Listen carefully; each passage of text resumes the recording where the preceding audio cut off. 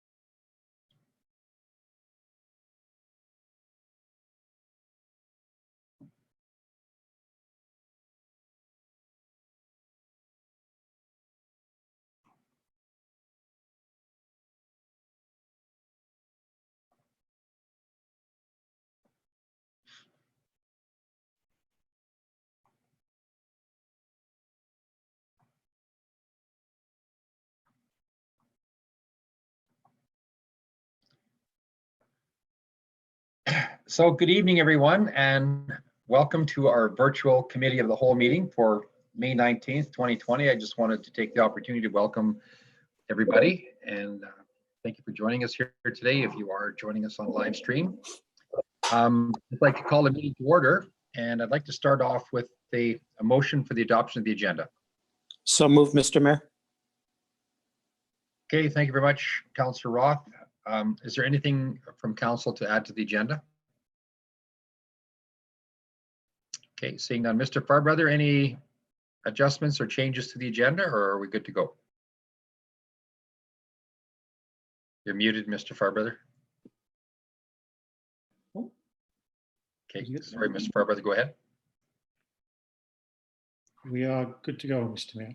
Okay, thank you very much. So with that, a motion from Councillor Roth. I'll call the question on the motion for the adoption of the agenda. All those in favor? Okay, thank you very much. That's been carried. We have a presentation we're starting off with this evening, and we're going to be welcoming a very special guest. Mr. Farbrother, could you introduce our guest? Certainly, Mr. Mayor. This evening, former Mayor of St. Albert, well known to many of the people this evening, Nolan Kraus, is going to be providing an update and presentation on housing terms of reference for the Meridian Housing Foundation. And he'll be taking us through a series of recommendations and adjustments to the governance model for the Meridian Foundation. So I'm going to pass it over to Nolan. Okay, thank you very much, Mr. Farbrother. Mr. Kraus, welcome. Your mic is currently muted, so if you want to unmute that, you'll be ready and good to go. There you go. Great. So welcome. Well, thank you, Mr. Farbrother, and thank you, Mr. Mayor and Council. So my objective tonight is in about 5 minutes is just do a brief presentation on the topic at hand, and then seek input. So just a little bit of history. First of all, I was asked by the Meridian Foundation board for input from each of the 4 member councils, and I've received input from or council members, I guess is probably a better way of saying it. So I've received input from the other 3 members of the Meridian Foundation members. So again, my objective is input only, and from process point of view, Mr. Mayor, the plan is for me to collect all the input, any input that you folks have. I'll combine it with the input from the other 3 municipalities.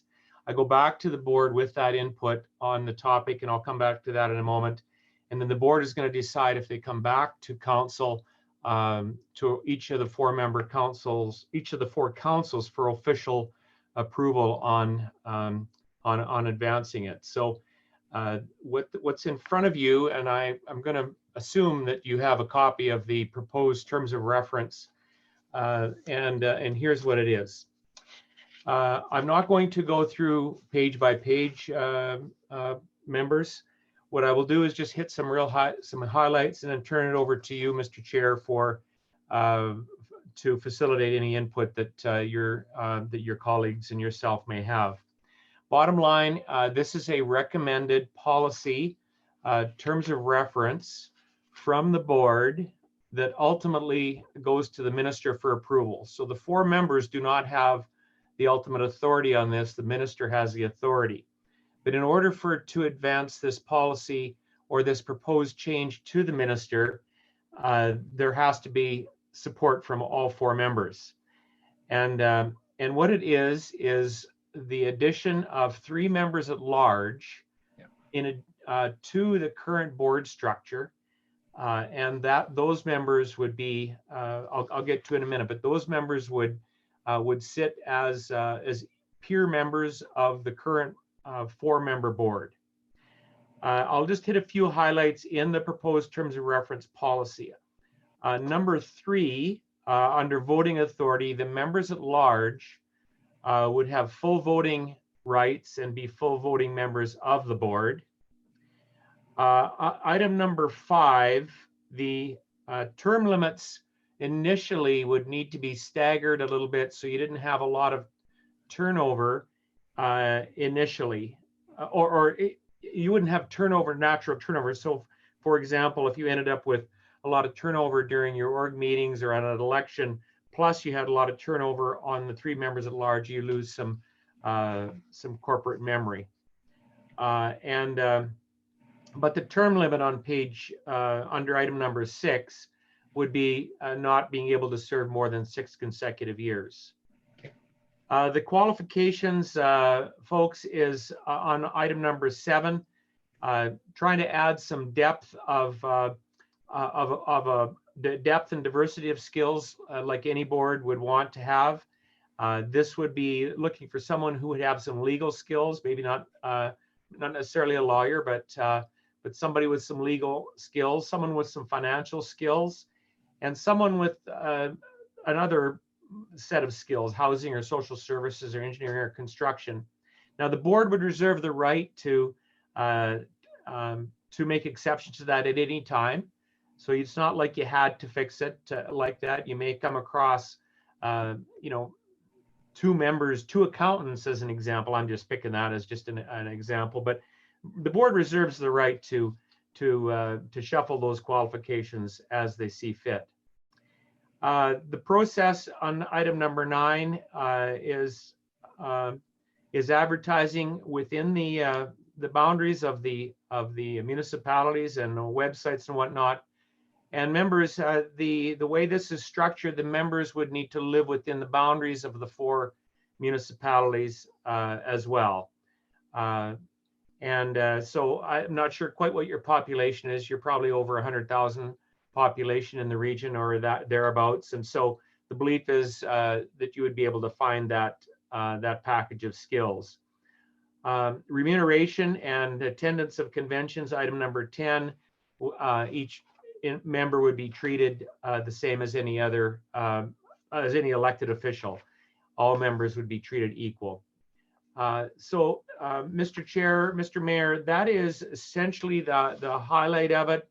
Again, I'm going to just go back to my objective, and that is for any member who has input, and then I take all this input back to, I believe it's the 28th board meeting or the May 28th board meeting, and the board will decide what to do with it. My guess is that it comes back to the 4-member municipalities, and then each of the 4 municipalities get to vote on it as a council. We're getting this input not as council. Well, I did get in the input as council from Stony Plain. Stony Plain actually publicly, they looked at it as a council, and they've already passed a motion to support it. So the other, including yourself, the other 3 have not done so. So, Mr. Chair, I'll turn it back to you, and I'm open for input. My pen is ready, and I'll take whatever you need. Hey, thank you very much, Nolan, and appreciate the work we're doing on this. Yeah, this is our first kick at this for consideration. We can't pass a motion this evening for this. This is committee of the whole. However, we'll be here to provide input, and so I'll open up to the floor to my colleagues on City Council, and I'll start with Councillor Oldham. Go ahead, Councillor. Awesome. Thank you, Mayor. Thank you for joining us tonight. Question, this seems to refer to the composition of the public members, but the title is board composition. So does there need to be a reference in here as to the total composition of the board? How many public members, how many other members? Would that make sense? Councillor, you're bang on. The title is actually incorrect, and I've observed that myself as I've gone around the horn on this thing. So this will be, the note that I made would be board composition, members at large only.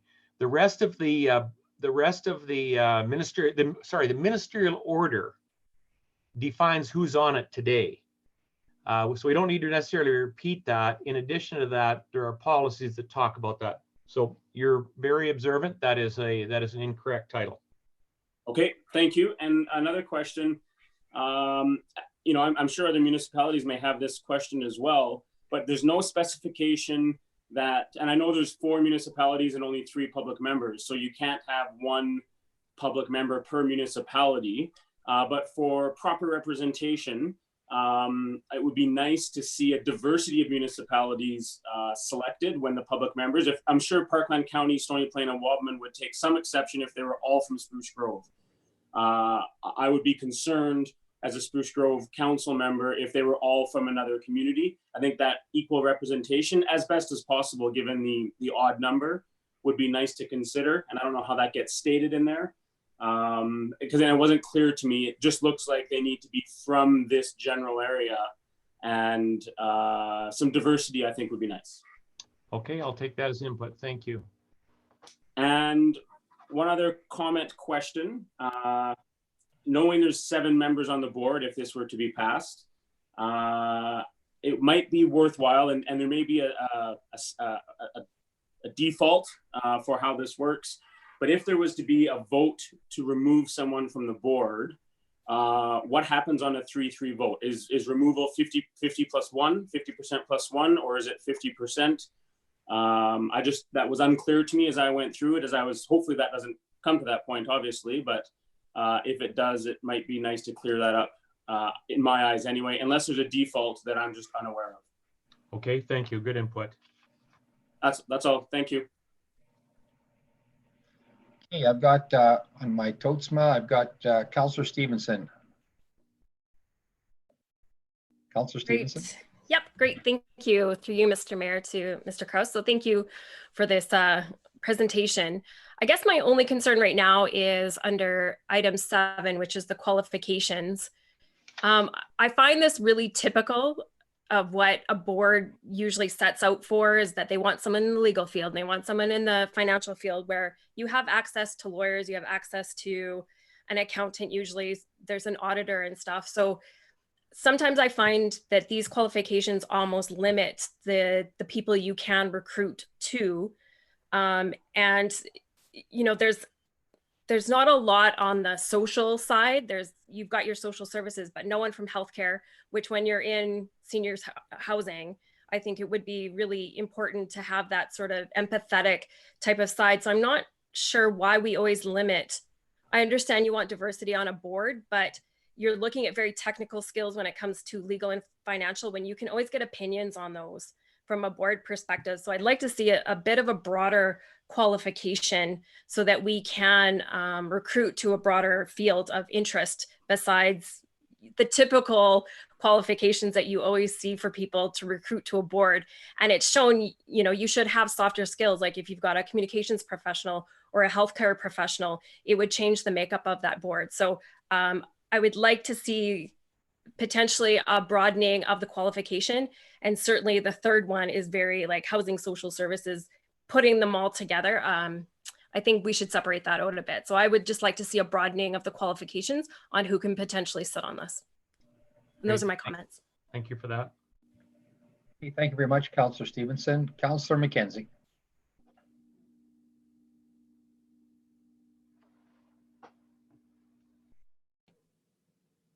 There we go. Actually, sorry, I did request to speak, but maybe just being that I'm the Meridian Housing Board rep, I'll maybe, if you don't mind, I could close it off. Okay. I'll defer you to the last speaker. And I'm going to go now to Councillor Roth. Thank you, Mayor Houston. Mr. Kraus, thank you. A couple of points. And number one is I agree with what Councillor Stevenson just said about the specific qualifications. And I think, and I'll repeat what she said, and that is all of those qualifications, for example, legal, are available through consultants. So I think, and my second question or point comes out of that. But I'm not sure. And the second point is that it uses the word shall. And to my way of thinking, the word shall is a replacement or a stronger word than must.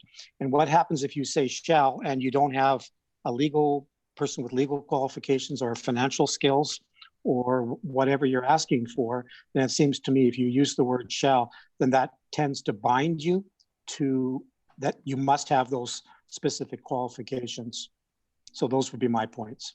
Great, thank you. And you're not the only person that shared that. So thank you, Councillor, for that. Okay. Okay, thank you very much, Councillor Roth. Councillor Grilke. Thank you, Mr. Mayor. Mr. Kraus, thank you for coming. I want to agree with the qualifications, so not to limit those. And then Councillor Oldham had mentioned about that it wasn't implied where they shall live, and I think you've made that note. My question was just about the term limit. It's not noted whether or not there can be an exception made, whether it's the will of the board, whether it's the will of the ministerial order, what have you, just to not limit or not to tie yourself in if you don't have any good representation coming en route. I know on some boards that we've made some exceptions to those. And then I just had a question about the process of appointment. Some of the other appointments come before council. This one doesn't. So the last kind of the board decides on their committee members. Council doesn't have any say or sway. That's my question. Do we or no? For the members at large? The answer is no. Okay. And it is the minister delegates this to the board, and then the board has the fiduciary responsibility to do this. You all, I'm sure, probably already aware, the board even has the power to requisition, which is which is a very unique power given to a board in Alberta by these organizations. So it's the answer is no. Okay. Council do not have input on this. Okay, perfect. I just wanted to make sure that I understood the process of appointments. Yeah. So those are my comments. Thank you. You clearly, obviously, you clearly have influence through your representative in this particular case, Councillor Mackenzie. So you do have influence, but you don't have power. Okay, thank you very much, Councillor Grilke. Councillor Mackenzie.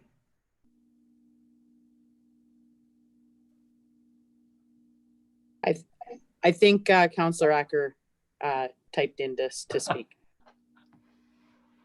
Okay, he did. Councillor Acker, go ahead. Thank you, Mr. Mayor, and thank you, Mr. Kraus, for presenting these terms of reference.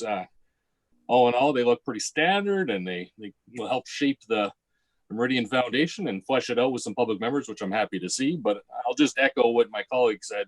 The qualifications, as well as on, the areas of what communities these members may reside in, maybe just have some wording in there to allow the board to try and fill those positions and have some skill sets that may be appropriate, but definitely not shall be identified in.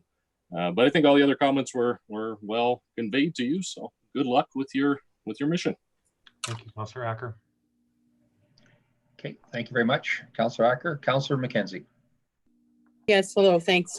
Sorry about that. Thanks for letting me have my turn here. I just want to speak, Mr. Kraus, to the process a little bit, because I think I'm misunderstanding.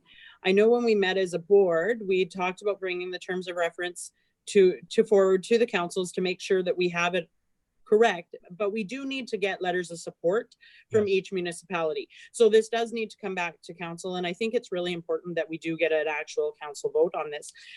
One of the things, though, that I would like brought forward when we do bring forward the terms of reference, is, I know you said the wording currently is in the ministerial order, but what the request that we're doing is to change the actual wording in the ministerial order. So along with this terms of reference, I still think that we need to also show the wording that we're wanting in the ministerial order that talks about the elected officials as well as the new members at large, to help eliminate the confusion such that Councillor Oldham pointed out.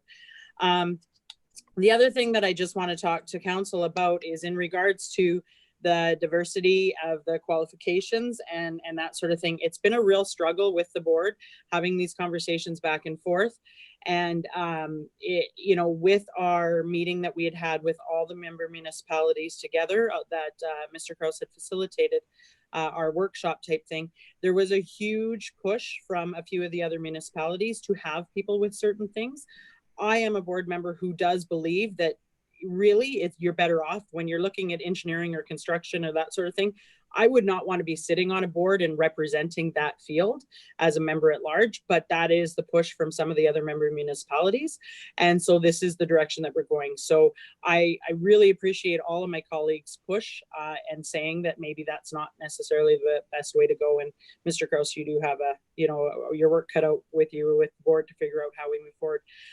The only other thing that I want to talk to is Councillor Oldham's comment about the different municipalities. And within the board, there was huge agreement on if they all came from Spruce Grove or if they all came from Stony Plain, and especially because you're looking for specific backgrounds. If you're not looking for those backgrounds, then I think it makes it easier to say to have.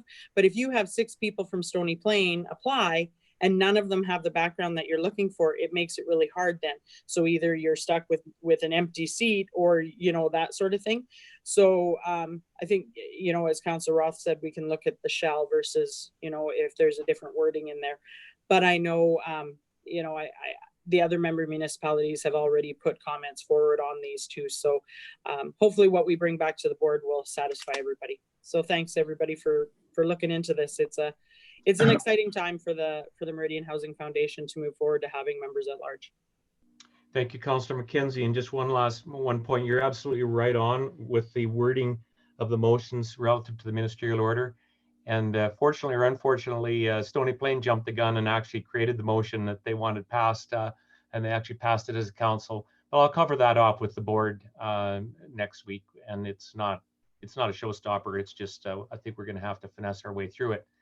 And I'll have to share with you an in-camera conversation with one of the municipalities, which is also important as well, Councillor McKenzie, when the board gets together, because it's also a factor that I think the board needs to know about before you make a decision.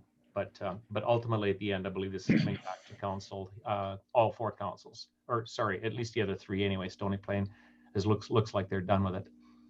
Mayor, Mr. Mayor, that's all I have. Do you have anything else, sir? No, I just wanted to, you know, echo some of the comments from Councillor McKenzie about how excited she is to, you know, see this, the public at large being supported on this board, and, you know, having 7 members with not all municipal members. So I think that's real positive, and it'll help, you know, shape some of the conversations at the board level as well. So I think that's positive. So just on behalf of all of us, Mr. Krause, thanks very much for your leadership on a variety of things. You're very well respected in Alberta, for sure. Not quite as well known as George Cuff, but all the same. Thanks very much for your work. And with that, if you have anything else, Nolan, I'm just going to call the question on the motion. If Councillor McKenzie wouldn't mind reading the request for the motion. Nothing else. Okay, thanks. I'll move that the presentation of the Meridian Housing Foundation Board composition terms of reference be received as information. Okay, thank you very much, Councillor McKenzie. With that, I'll call the question on the motion. All those in favor? Opposed, if any? Seeing none, that's been carried. Thank you very much. Thanks all. Thanks very much, Nolan.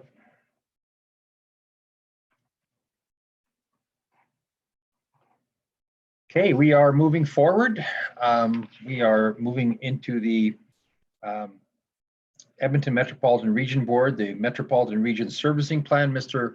Lavassieur, could you introduce our presenters this evening.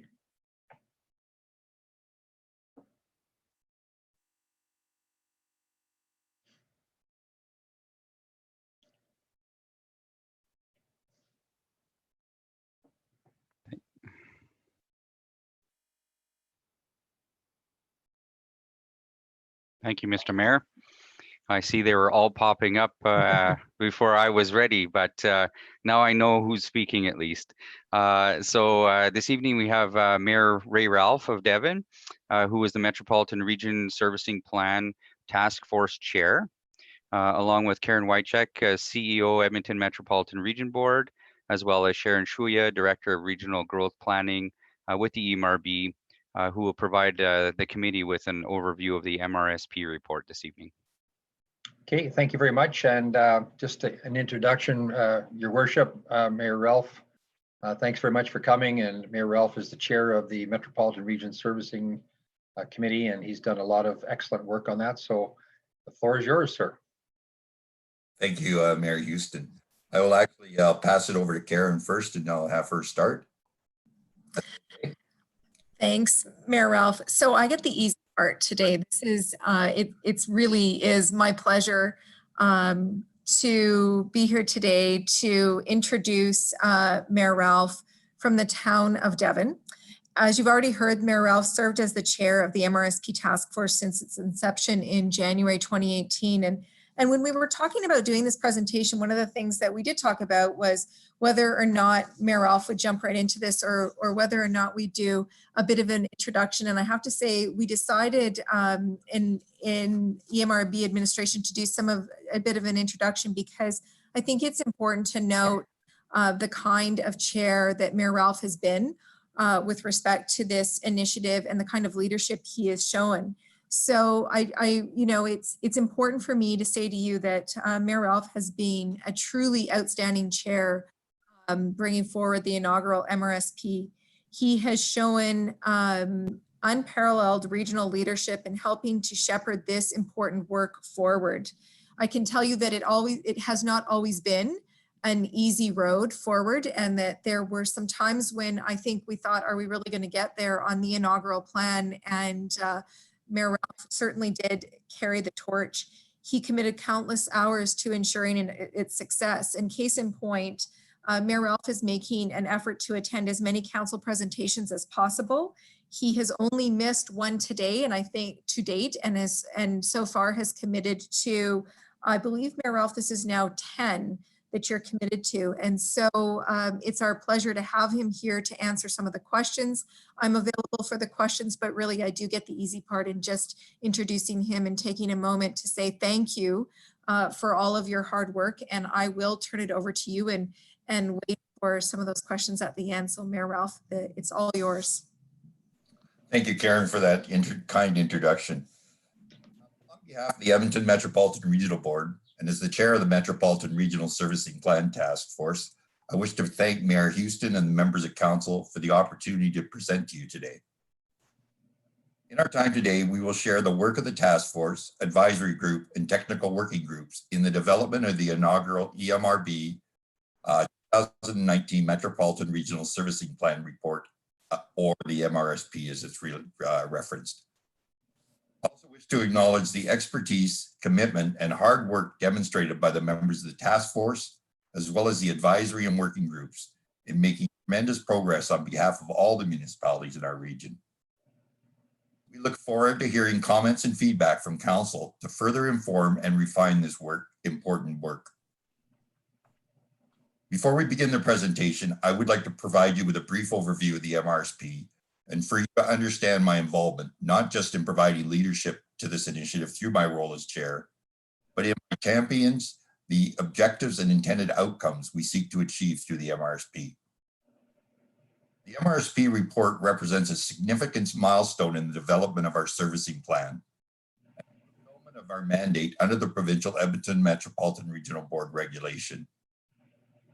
The MRSP is an essential tool to support the ongoing implementation of the Edmonton Metropolitan Regional Growth Plan.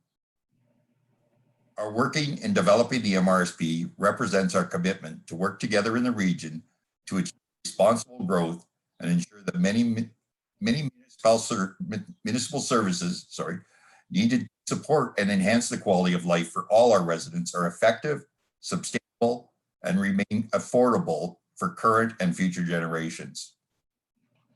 Of course, as you may know, or as mayor of the town of Devon, I actually represent a municipality with a population of just over 6,500 residents. Of the 13 municipalities which comprise the Edmonton metropolitan region, Devon is the smallest municipality represented at our board. Yet we share the same demands and pressures experienced across the region. The ability for our town to respond to many challenges we face is limited. We simply don't have the capacity or resources to respond to all of it by ourselves. This is not just for the town of Devon, but all the municipalities of the region, whether we're small or large. And while we may formally draw municipal borders, fires, storms, and other emergencies don't respect such boundaries. Through working together, we can improve our ability and capacity to be responsive across boundaries and throughout the Edmonton metropolitan region.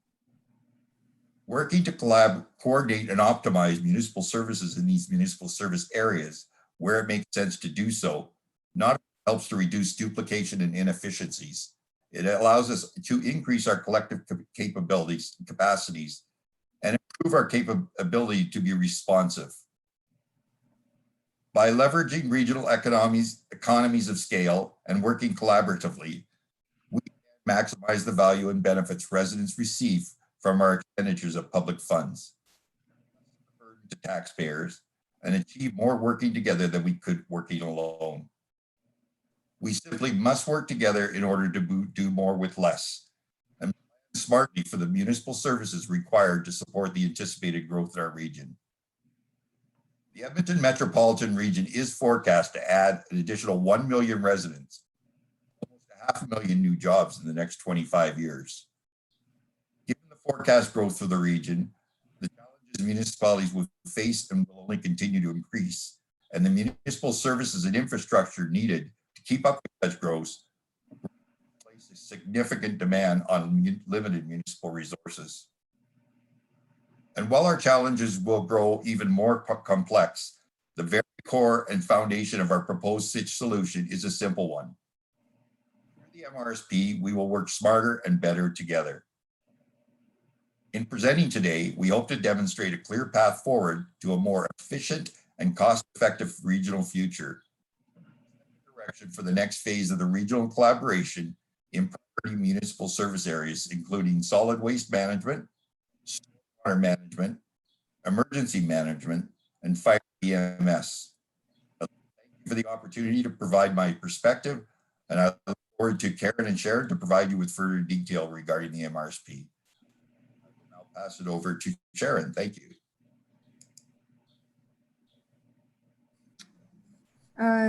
Thank you, Mayor Ralph, and to you, Mayor Houston. Thank you again, as well as members of council, for hosting us tonight.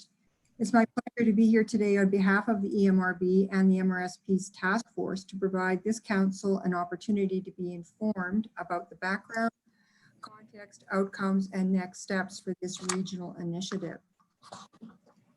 The development of a regional servicing plan was identified as a new requirement in the 2017 EMRB regulation and included the objectives for the development of an MRSP.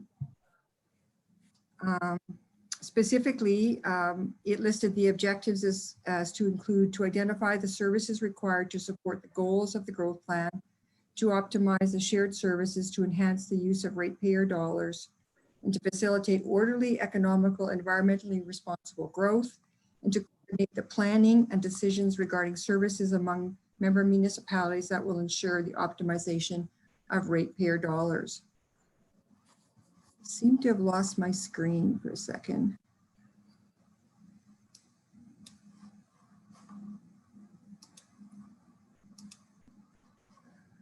Through you, Mr. Mayor, to Sharon, I just wanted to clarify, if you share your screen, can you please share the presentation screen so that we will see the PowerPoint presentation? Are you seeing that now? No, I'm not. So okay. How you do that is start the presentation first and then share your screen, please.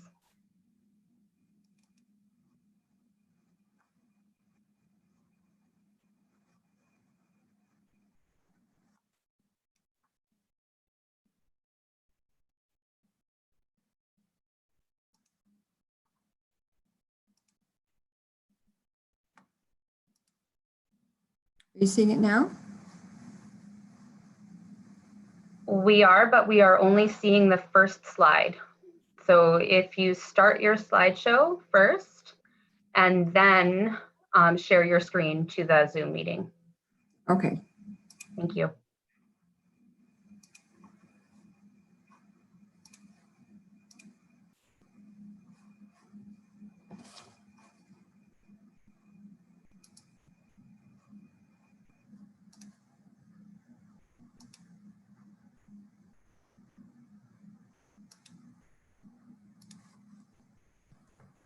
I don't seem to be able to access my controls on the Zoom meeting once I share my screen in full presentation mode. Can you maybe help me with what I'm doing wrong? Because I have got the presentation up and I've got it in, if I put it in slideshow, I lose control I'm not able to show you, sorry, I'm not able to access the Zoom controls. Sharon, if you may email the presentation to me and I will share it on my screen. Thank you.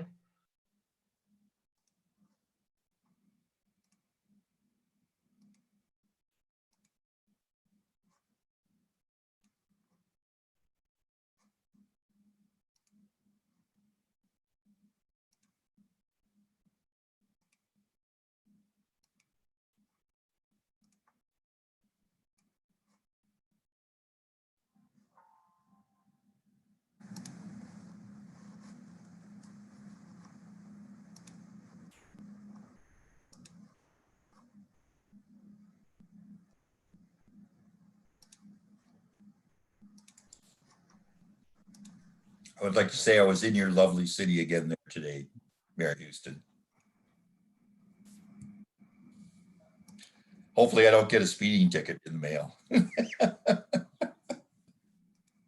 Like the one I got in your town, that one, same one. Going to the golf course. Anyway. You're not in a hurry going to the golf course. Why would you ever get a ticket there?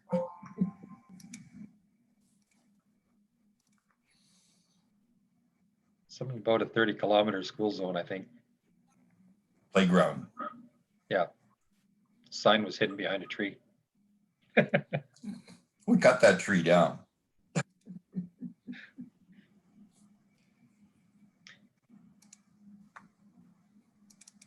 my pleasure to make a contribution to your community.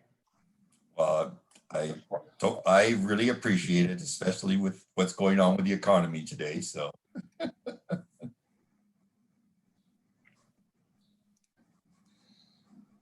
We could just get some funding. Get the right version of the presentation.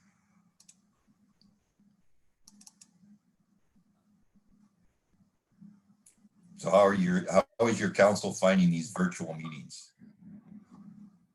I think it's okay. I think a lot of them miss me, but at the same token, we're spending a lot of time together virtually, so we're getting our fixes. Here you go. There we go. We're getting it. Yeah. Well, it looks like it's up there, so I will stop talking. Okay.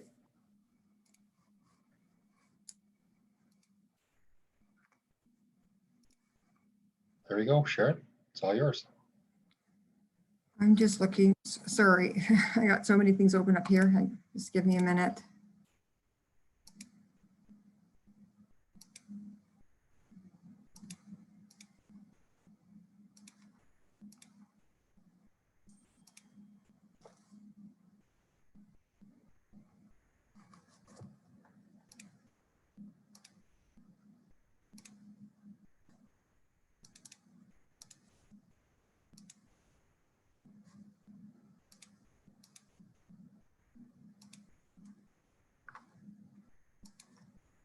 Sharon, I do have the presentation up on the screen for you if you're ready to start. Can you just give me, I'm just having a problem getting back into the meeting, okay?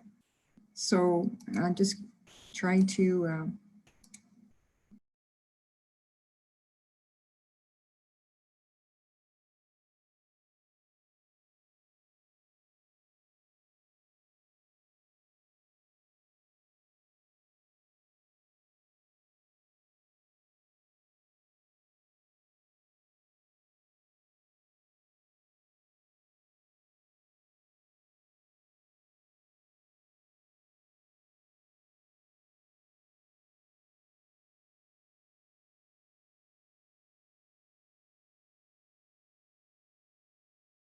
I'm just going to go get Sharon because she can come in. Oh, there she is.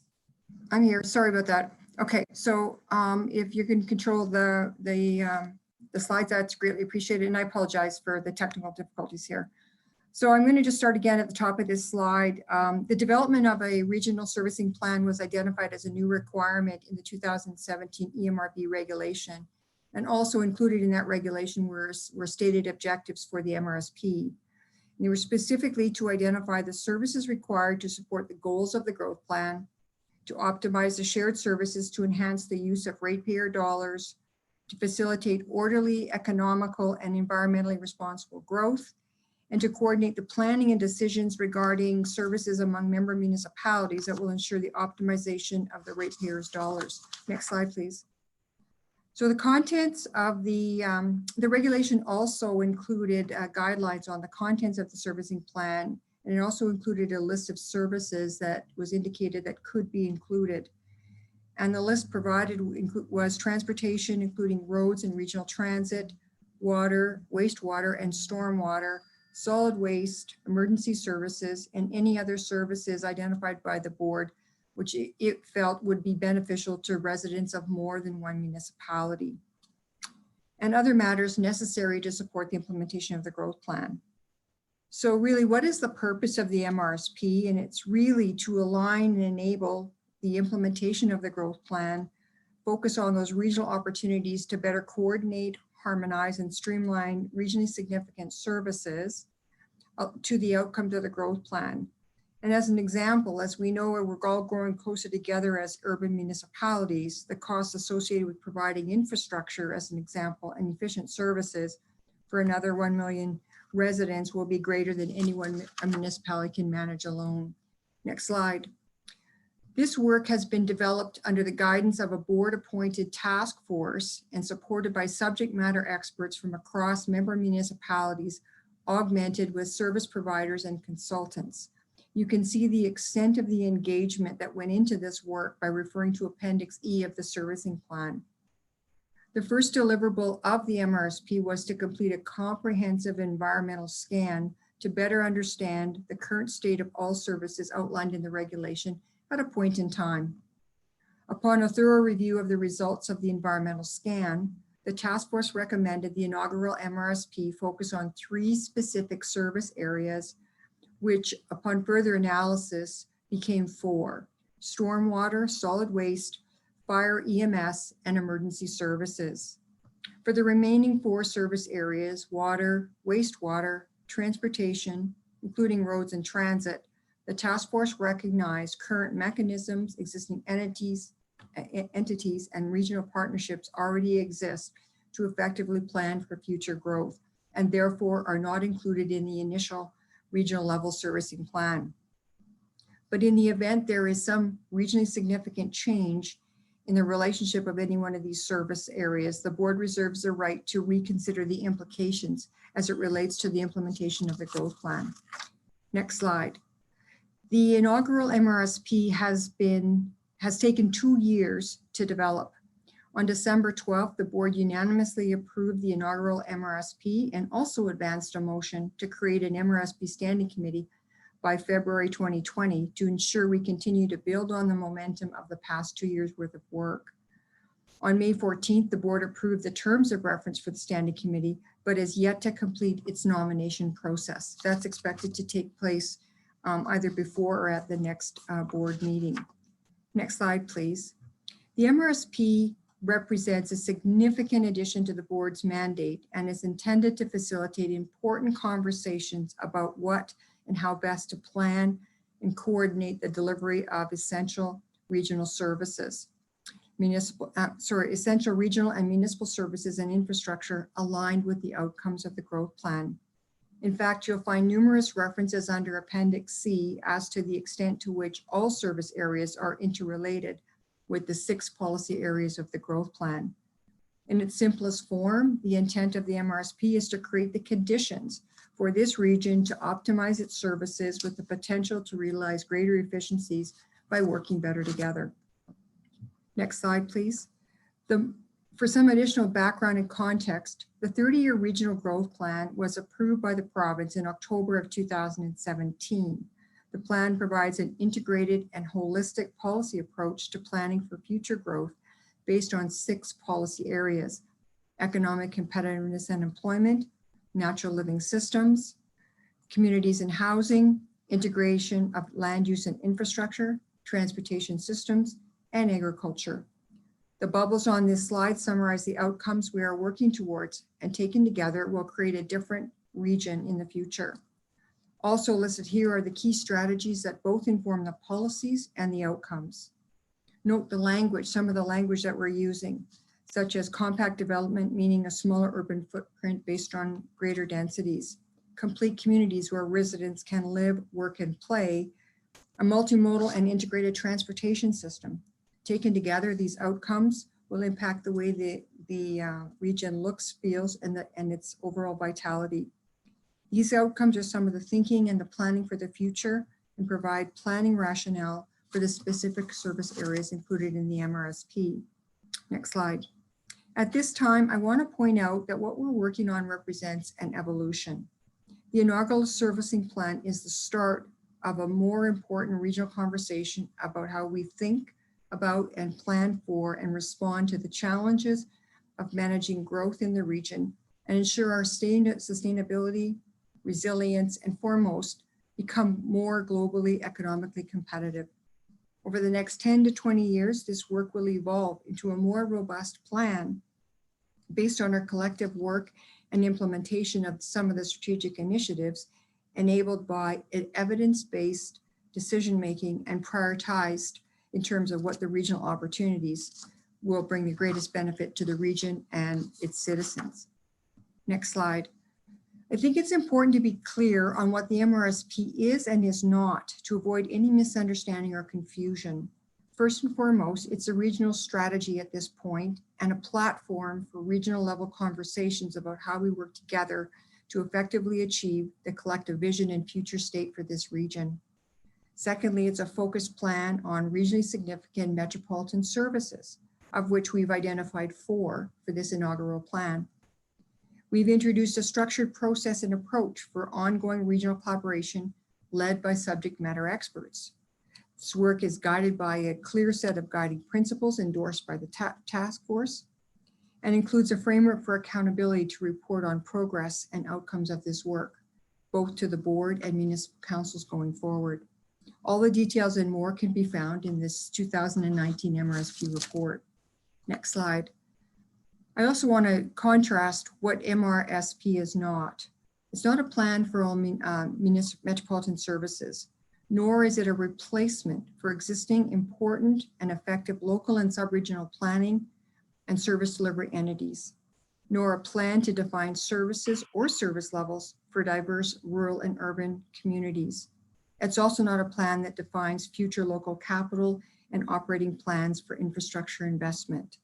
Finally, it's not a replacement for many important and effective initiatives being led sub-regionally among municipalities and involving other stakeholders and partners, but it does create a unique opportunity to share that wisdom with the broader region. Next slide. On February 13, 2020, the EMRB board approved establishing an MRSP standing committee to oversee the work of the collaboratives. As per the direction of the task force, the standing up of the 4 collaboratives would be staged over the course of 2020, starting with solid waste. Foundational work to guide the work of the collaboratives has been completed in the form of action plans for each of the collaboratives, as well as service area profiles. These action plans are the result of in-depth conversations with subject matter experts. Let's just talk for a minute about what the regional collaboratives are. I would describe them as an extension of technical working groups assembled for this initial work on the servicing plan, with the addition of representatives from each member municipality. The role is to lead in the regional collaboration discussions for each service area, centered around defined action plans found on page 30 to 32 in the MRSP report. The expected outcomes are to advance the service areas regionally, starting with gathering, sharing, and optimizing regionally relevant data and information to support effective decision-making and build consensus around regional projects.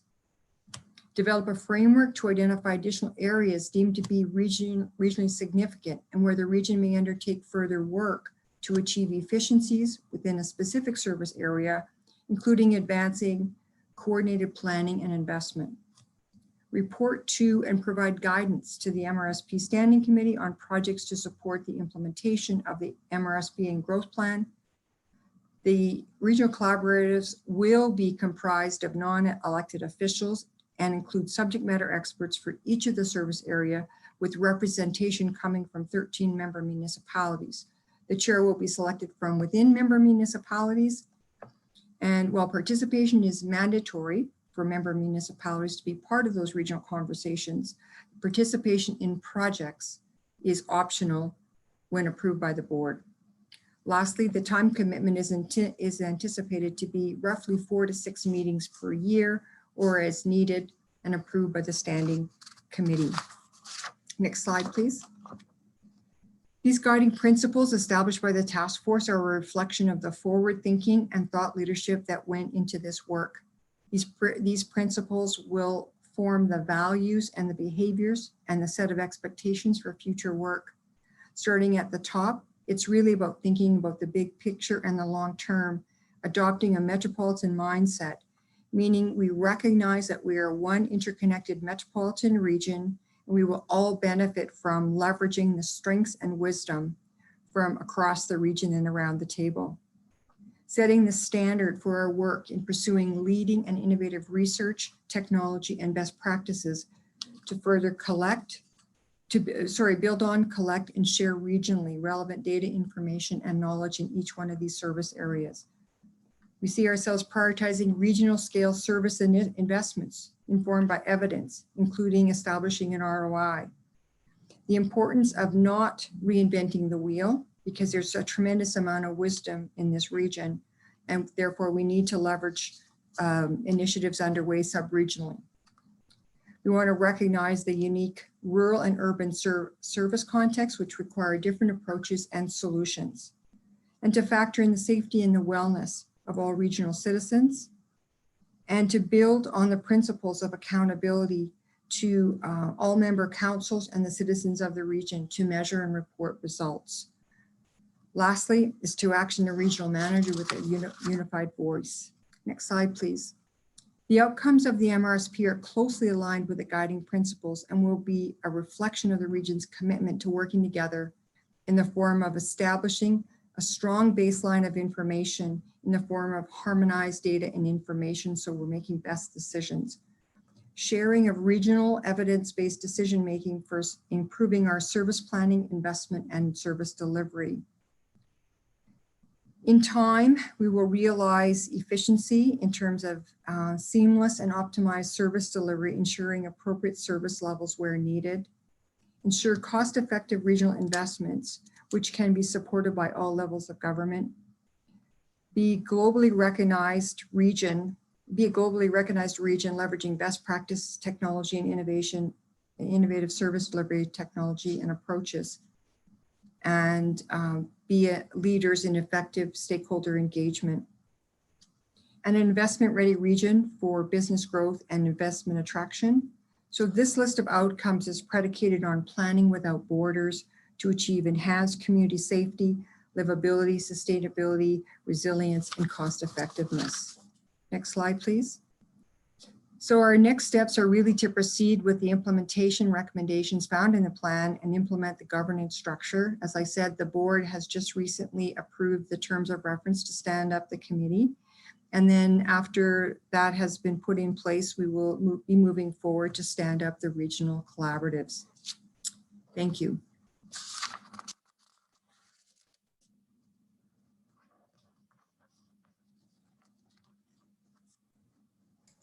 Thank you, Sharon.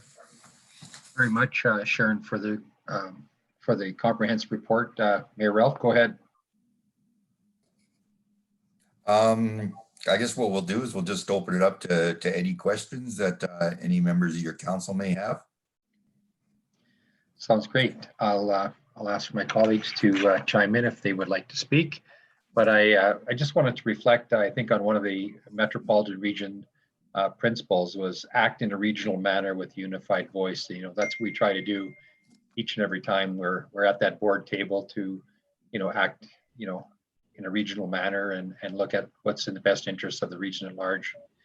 And Mayor Ralph, you do a great job in your MRSP commitment that you've had, and you've lived and breathed this committee for 2 years now. So we'll open up the floor to my colleagues in council. I'm going to start off with Councillor McKenzie. Go ahead. Yes, thank you, Mr. Mayor.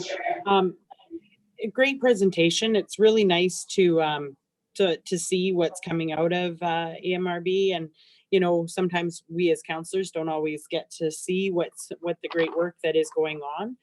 We hear, you know, little bits here and there. I just have a question, and I apologize if I missed it. But back in the beginning of the presentation, we talked about the servicing plan must have, and we talked about transportation, including regional transit. Now, I know the regional transit has been off on its own, doing its own thing, and I believe that there is some people that are confused as to whether it is being mandated by the MRB and or not. And then when you talk about the focused MSRP, what you've included, and the transit is not in there. So I'm just wondering if you could give us just a brief guideline as to truly where that fits. Like when you look at the end and looking at regional collaboratives, is that dealing with the transit then too with the MRB and joining that, or how does that work? Mayor Ralph, you're on mute. Sorry about that. Karen, would you like to take a stab at this, or would you like me to go ahead? Well, why don't you start, and I'll come in if necessary. We try and share the answers between all of us, and hopefully it comes out well received. When it comes to the transit, the reason why the task force decided not to even look at transit at this time was because of the fact that the 13 mayors had created a memorandum of understanding to look at a regional transit system.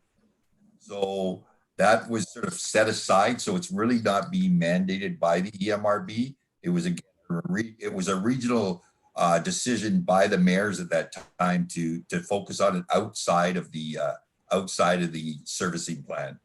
And that was also some of the reasons why we looked at solid waste, and not solid waste, but wastewater and water, things like that. We realized we could only take on so much through the EMRB.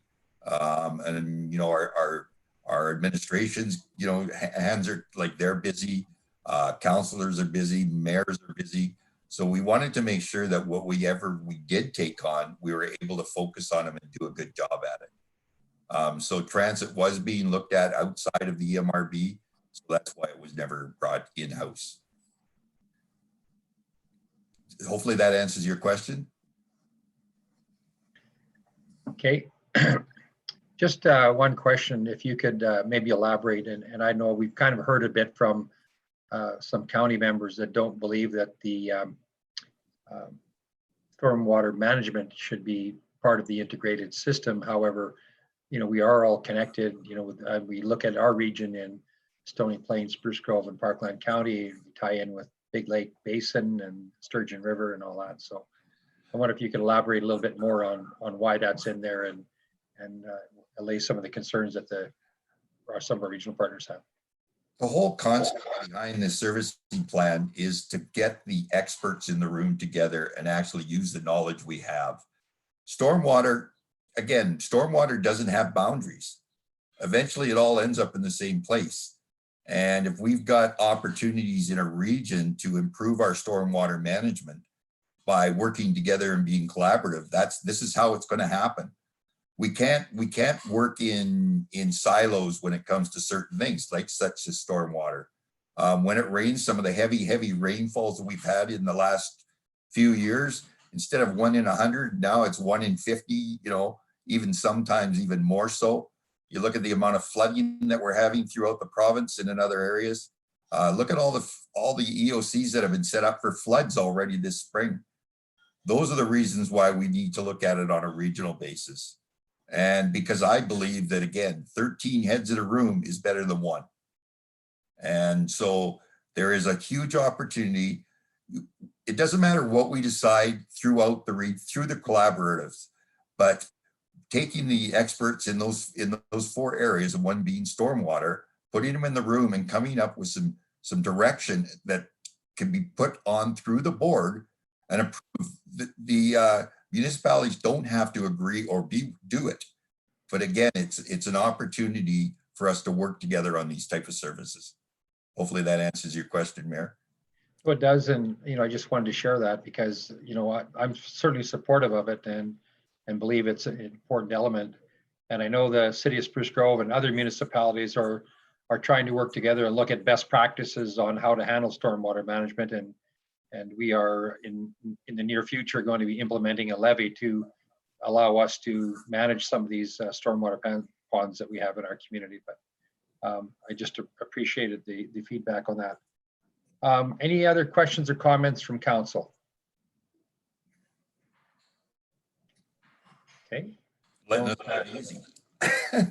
Letting you off easy. Yeah, I don't see any, but just wanted to, again, take the moment to, again, thank you, Karen and Sharon, for being out here this evening to share a lot of the good work that's been doing and all the leadership that you've taken on this board and working together. And I know there's another phase coming up, and we'll see how that rolls out. But just wanted to say thank you very much for your presentation. And with that, I'll ask one of my colleagues on council to make a motion to accept it for information. Councillor Acker, go ahead. Thank you, Mr. Mayor. I'll make that motion that the presentation on the EMRB Metropolitan Region Servicing Plan be received as information. Thank you very much, Councillor Acker. So with that, I'll call the question on the motion. That's been approved unanimously. Thank you very much. And thank you everyone for joining us. Good night. Okay, thank you very much. Moving forward onto our business items this evening. We're going to go into business item 4A, which is the draft recovery framework. Mr. Farbrother, you've done a lot of work with our staff and our CLT team. So if you could lead us through that, it'd be appreciated.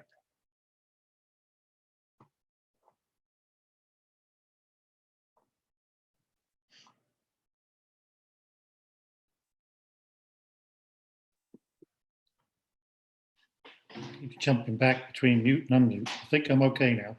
You've got it. Good. Okay. Thank you, Mr. Mayor. Just to begin this presentation, we'd like to just give council an update on the current COVID situation and then move into the recovery framework. So currently in Spruce Grove, 1 active case, 7 recovered. As we mentioned previously, with COVID, it isn't just been sort of economic impacts of COVID and health impacts. There's also been some social implications for the community as well. And so we're pleased that out of the dollars that were allocated by the province, or additional dollars to FCSS, the city has received, we did apply under 6 submissions for work to be done to support our community in relation to food security, mental health, social isolation, and emergency supports for vulnerable residents. And of those 6 submissions, we did receive funding on 5 of them for about $206,000. I believe the total funding to the tri-region was about 220. So, appropriately, the money has been allocated in the areas where the service is going to be provided effectively.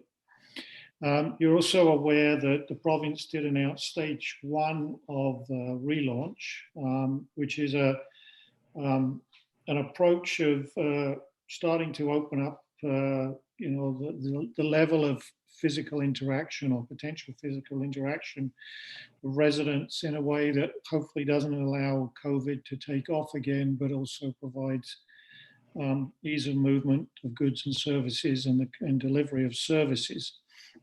As a response to that, there's a couple of things that have changed a little bit. It did allow us to open up some of the things like the pickleball courts and the tennis courts. These were initially opened up under the guidance of a maximum of 15 people in outdoor locations, but that restriction was moved to 50. But the 50 requirement still means that social distancing is respected.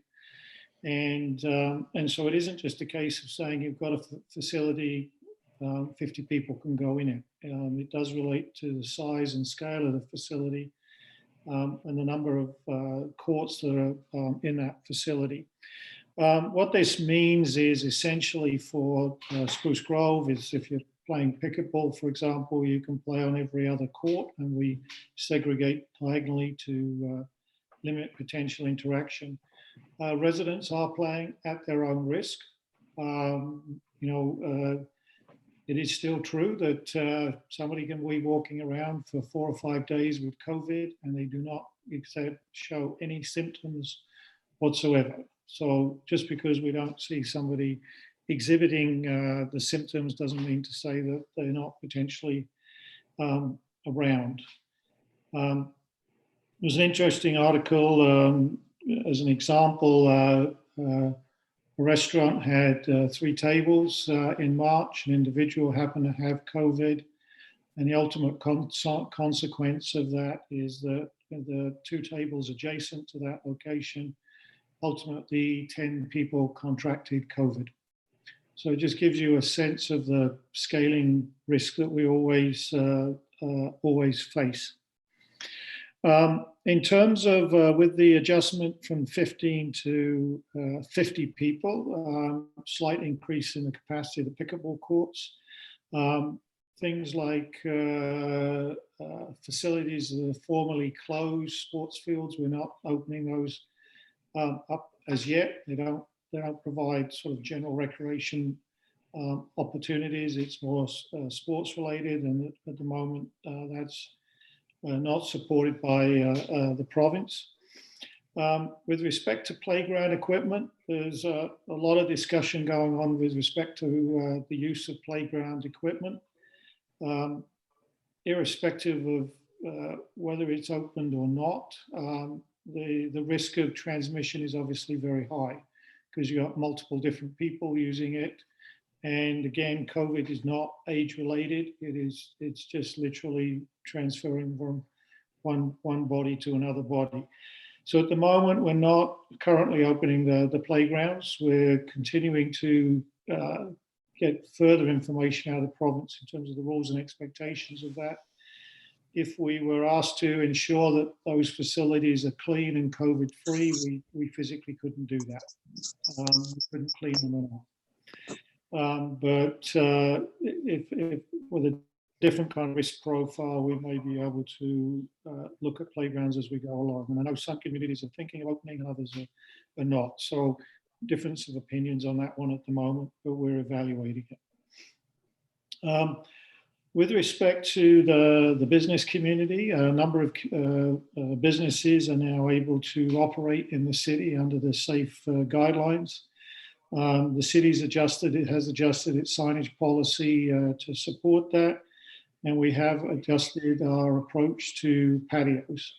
And essentially on the patios, there will be some permitting required, but our intention is to actually reach out to those businesses that potentially could use the patio option to increase their physical capacity and work directly with them through economic development and planning. So that just gives you a bit of an update in terms of the last week in the COVID world. Now I'll move on to the sort of draft recovery framework. And the purpose of this, maybe we can move to slide 2. Because I'm not driving this bus. I think, Wendy, you've got the cursor, right? You are on slide 2. Okay, I just can't see it. So when if you can just tell me when we're on, which slide we're on, I'll know what I'm talking about or not. We can't see slide 2. We only see slide 1. Yes, I can only see slide 1 as well, Wendy. Mm. Okay. There we go. I So- tried that. and you're not on mute. So what is in front of you on this slide is pretty much known by everybody, but what the service delivery in Spruce Grove to residents and how residents interconnect with their community going forward is probably going to feel a little bit different. There may be many attributes that are very similar, but there is going to be differences that we're going to feel for a period of time. It isn't, you know, even if a vaccine was found tomorrow, there's a time period before the community essentially would be COVID free. The other thing is that because of the drastic implications of COVID and how governments around the world have reacted to it, but also how business entities have reacted to it as well, is that some of the ways that we will get services or our focus as citizens in getting services is going to change. And so part of this is just trying to get a sense of what that looks like and try to position municipal government to support, in a sense, that new world order, that new reality. And so our focus in the first couple of months of COVID was really just responding to the situation, trying to balance and normalize things. And we're in pretty good shape in that regard in terms of, you know, through our pod delivery model, for our updates, through the great response of the public to actually follow social distancing to a large degree. But now we're moving into, so what next? And what next could change dramatically, but based on where we're at, we think there's probably 2 or 3 themes of focus for the city. So we're going to move to the next slide. So as you can see, we really initially focused, the Emergency Management Agency was to fill the cracks and respond and you know, put the patchwork in place. We're starting to build kind of a recovery framework, and then looking forward, where, you know, at a strategic level, city building, city development, city growth, what that looks like going forward, that is probably going to change a little bit as well. You know, maybe the projections around, you know, commercial space consumption rates over the next 10 years will prove to be different than what we're going to experience now. Maybe there's supply chain in terms of, you know, food and staples that may change, that supply chain may change, which could have an influence in terms of the city's industrial and commercial development as well. And certainly, if we continue to be in a world that, where social distancing becomes the new norm, simple things like the width of a sidewalk or a pathway change. And also, if people start to use different modes of transportation, you know, the requirement for X lane kilometers of roads could change as well. These are all hypothetical changes, but it is likely that we're going to be very much in a technology-based world, as we've been moving, but we're probably going to move a little bit more quickly. Next slide, please. So based on that, there seems to be kind of 3 themes emerging.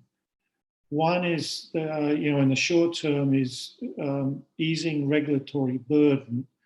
And that isn't to say that regulations aren't appropriate. And most regulations actually come as a consequence of public demand. If you go back in history, why do we regulate? It's because the public wanted us to do that, because they wanted other people to behave in a similar format to themselves. So the regulatory regime is likely to continue. When you build a house, you want to make sure it doesn't fall down. When you drink water, you want to make sure that you don't get sick. So there is going to be ongoing regulation. But the focus around that regulation in the short term will shift a little bit, you know, for example, with respect to, as we mentioned, signage and patios. The second area is going to be around the economy and economic stimulus. And this is not probably going to be a race to the bottom line. Whatever, you know, finding the cheapest possible land in the middle of nowhere and putting something on it. It's really recognizing some of the new, you know, where is the economy going, you know, in terms of some of the opportunities, logistics, agriculture, AI, those kind of things. And this is probably going to accelerate some of the opportunities around that, or just change the way we think about that. And the third one is community, and these are in no particular order. They're all very important. And this really talks about the, you know, the whole social fabric, so that we ensure that the attitude that citizens have to their view of Spruce Grove today it remains that way going forward, rather than we create a more, you know, disaggregated society, or we're constantly dealing with social support issues because of social integration challenges.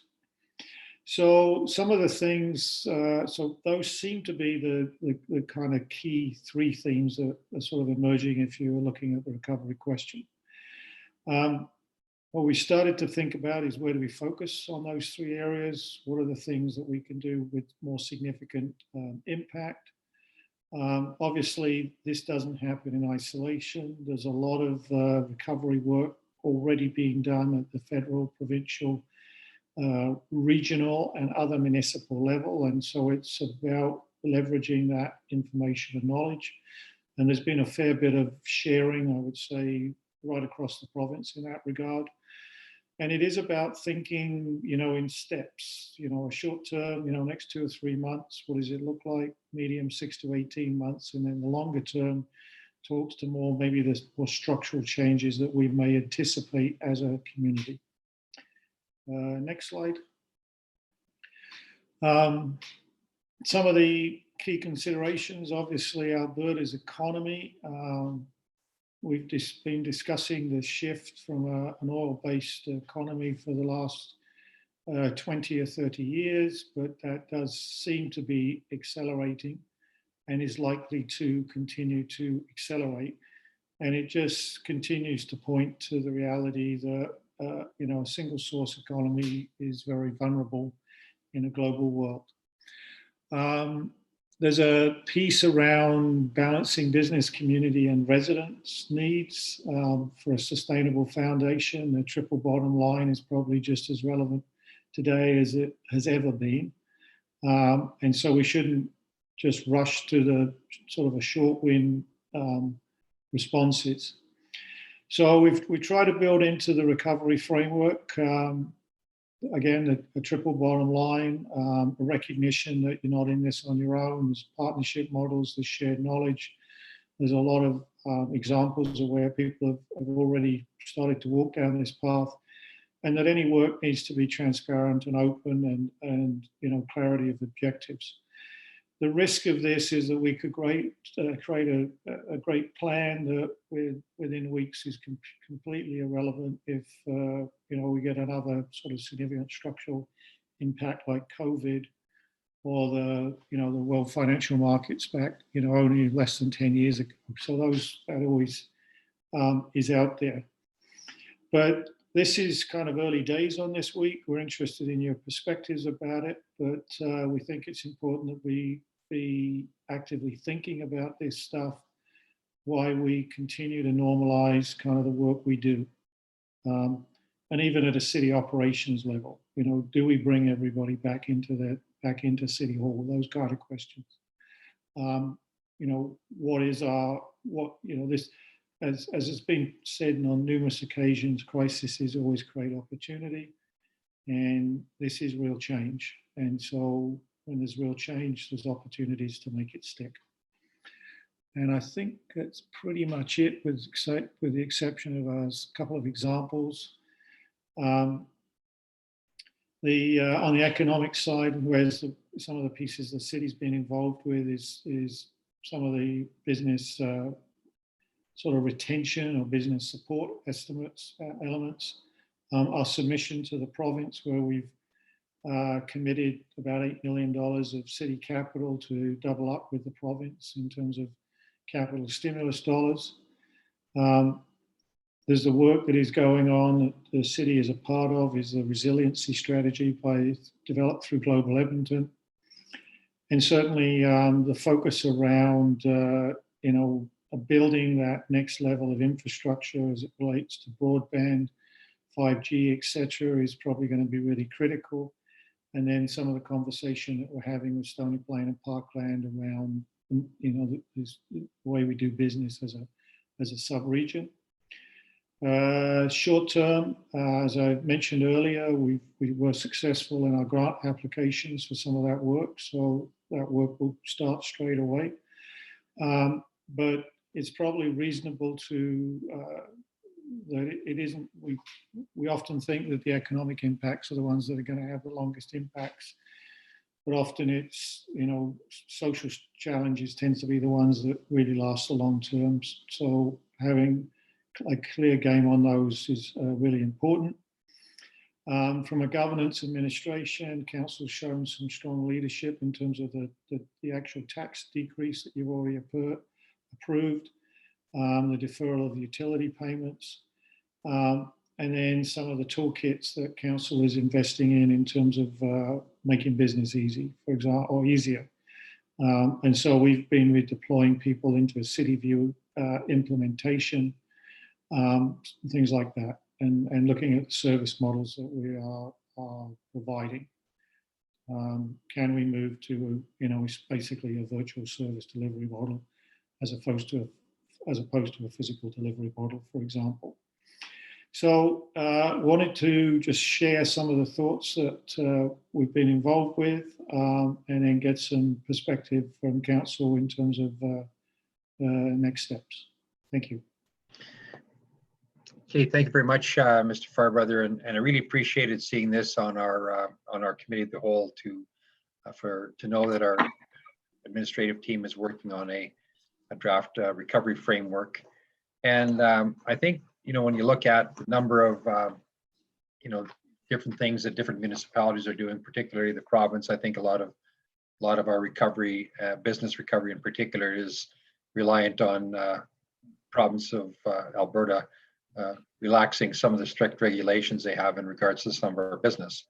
But at any rate, I have the floor is open to council, and I think Councillor Roth is first. Go ahead, Councillor. Thank you, Mr. Mayor. 4 questions. First of all, a comment, and I think it's really reassuring, and I think council members do know this, that our senior staff have this well in hand, and I'm very confident that the recovery plan, whether it's in the area of economics or social or health well-being, I think we're well positioned. I have 4 questions. I'm going to ask them. First of all, I was contacted today by somebody who is involved with lacrosse, who asks whether tennis courts and or outdoor rinks could be used for some limited practice. And I think the answer probably to tennis courts would be no. But what about, if that's the case, then what about outdoor rinks? Whether they could have 2 or 3 lacrosse players doing some workouts, like for example, 2 shooters and a goalie doing some practicing on outdoor rinks. So to that question, and this goes back to kind of the emergency management piece, where facilities are physically sort of closed, like hockey rinks and stuff, we are leaving those closed at the moment. Organized team sports at the moment, from a provincial perspective, are not part of stage 1 recovery, and so far the approach of the city has been to align with the chief medical officer and the advice provided. It may feel a little bit frustrating for individuals, and certainly if 5 or 6 people want to go work out in an open park, in a sense they are, able to do that. But typically in an open park situation, they're not they're not firing pucks around or having to change equipment and those ancillary pieces, which are always very easy to transmit COVID. Okay, So thank you for that. we're following the provincial guidelines. Okay, I'm going to read a message that was sent to me today in part, and a person is asking whether some solid information can be provided about when services will be reinstated for seniors. Sorry, I just missed the last word. For seniors. Seniors. Well, again, if we are providing support mechanisms to seniors through FCSS, it will tend to be, at the moment, it predominantly is virtual. Though I believe we do have the ability now to provide some food support services as well. So some of that grant money is going to actually directly benefit the seniors community. If you're asking if we're going to be starting to actively implement city services programs, whether that's seniors, whether that's youth, whether that's summer playground, summer programs, at the moment, that's not part of stage one. No. Mr. Wolanski, did you want to weigh in, Mr. Wolanski? Oh, you're okay. You look like you were anxious to talk there. You're all right. Okay, someone else is asking me about, and I think I know the answer to this, but I want to hear it so that I can relay it in your words, or a reply from the city, but asking whether there could be any opportunity for some more significant and meaningful financial support for residents who may be stressed. He mentions that there have been, of course, the tax and utility deferrals, but what about a property tax? And he also mentions the property tax freeze. But what about other mechanisms for residents who are very financially stressed? Obviously, we don't want to hear that residents are really financially stressed. The challenge that the municipality has, and you've heard me say this before, is that, of the total taxes collected in the country, about 8 cents in every dollar goes to municipalities and 92 cents of every dollar goes to the provincial and federal government. And that's why you're seeing the fiscal support to individuals, whether businesses or individuals displaced from work, that the financial support mechanisms are coming from the federal and provincial government. And those programs do remain open. And so, people can apply through that. Where people would be paying money to the city directly is either on a user fee basis. Well, most of those are shut down now because the programs are not being offered. They're paying it through taxes, and if the city provided relief on taxes, then the city's fiscal position would actually be in jeopardy.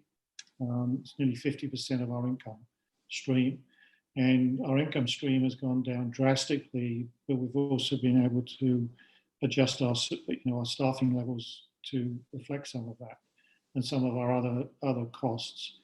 So, council always has the ultimate decision in that regard, but administratively, we would just say that it would be financial jeopardy for the municipality to get into the direct fiscal support business. Okay, thank you. And the last question is, you'll recall, Mr. Farbrother, I actually remember that it was the first online meeting that we had, and I asked the question about whether our staff would be or were starting to plan for a plan B should this be more prolonged than we all hope and we anticipate that it might be. And your answer was yes, you are working on a plan B, or at least you're giving it some consideration. So if this lockdown, shutdown, COVID virus goes on longer than we think it might, how is that coming along? So the signals for us will be, we're already evaluating the public's response to the utility deferral. And so far that's been good news. And the next triggers for us will be when people pay their taxes, the percentage of residents that choose to defer those until September 31. It will not be until really that time of the year that we will truly know whether we've really got a big problem. But we'll have some signals. And so on the basis of that, we already have, in a sense, budgeted for a level of contingency for that. There are certain projects that will not go ahead until we have signals that the tax revenue that we anticipate to come in, whether it's delayed or not, is still ultimately going to come in 2020. If that starts to look suspect, then there's other things that we currently still have in the budget that will come out of the budget, or we've already put an administrative hold on them, so that money won't be spent. Okay, that's all I have, Mr. Mayor. Thank you. Okay, thank you very much, Councillor Roth. Councillor Stevenson, go ahead. Great, thank you. And thank you for the presentation, Mr. Farbrother. I just have a few questions. So in our package, it talks about, like, you put together the framework, or, there's several alternatives. And I understand that we reached out to all the subject matter experts within the city, and they in turn met with their contacts and stuff. But I'm curious what that would look like going forward. There's going to be a systematic approach. Obviously, we'll have that. But what type of engagement are we expecting to do within the city? Like, are we setting up a task force? Are we looking to set up a task force? Are we looking to engage with existing, I guess, associations or committees, like our EDAC committee? We've got the CCBA, we've got the chamber. For the economic side, obviously, we've got like FCSS and some external not-for-profits that would probably be interested. So I'm just curious about possible next steps. If we agree on the basic go forward from this framework, what direction you're looking for from us, and how we're going to involve numerous stakeholders within the city. So, in an ideal world, and the first stage would be a broader public engagement discussion, just as like if you were, doing a strategic plan and getting that broader sense of what the vision is.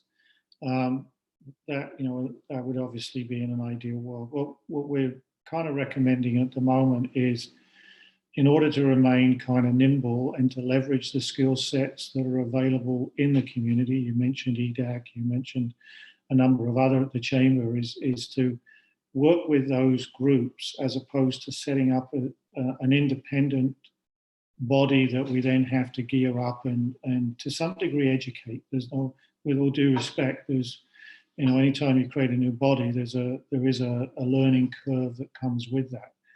And so we're trying to shortcut that learning curve a little bit by, in a sense, going to the subject experts. So you would expect, our economic development people to work with EDAC, to work with the chamber, to work with Global Edmonton, to work with Parkland and Stony Plain, but also to get there's other independent sort of think tank opportunities as well.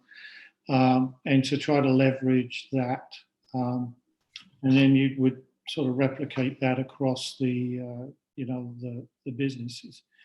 And it's everybody, lots of people have excellent ideas. There's lots of very knowledgeable people. But I think we're trying to balance the knowledge that people currently have, or the skill sets that they have at the table, so they can be running in this conversation, as opposed to learning to walk, so they can then run. If people have suggestions and stuff, we'd be through the website, through anything like that, we'd be very open to taking that in. The other thing I would comment on is that we don't want this, in a sense, to kind of be a one-off. So we want this at some point to kind of, roll back into, or the learnings or the experiences of this to then tie back into basically a redone, corporate planning process for the city in terms of the corporate plan. And secondly, the work that we had started on the reframe discussion, which we had put on pause, but we certainly haven't pushed to the side. And we are looking to re-engage that as well. So we'd like to get to the point where those three all essentially, line up as opposed to being independent projects. Okay. So that's kind of our thought process anyway. Okay. So with that, along those lines, I guess the missing piece for me a little bit is in terms of the community and what the community is expecting of us. Like what you listed with Senior Connect and Help Seeker and stuff, that's great.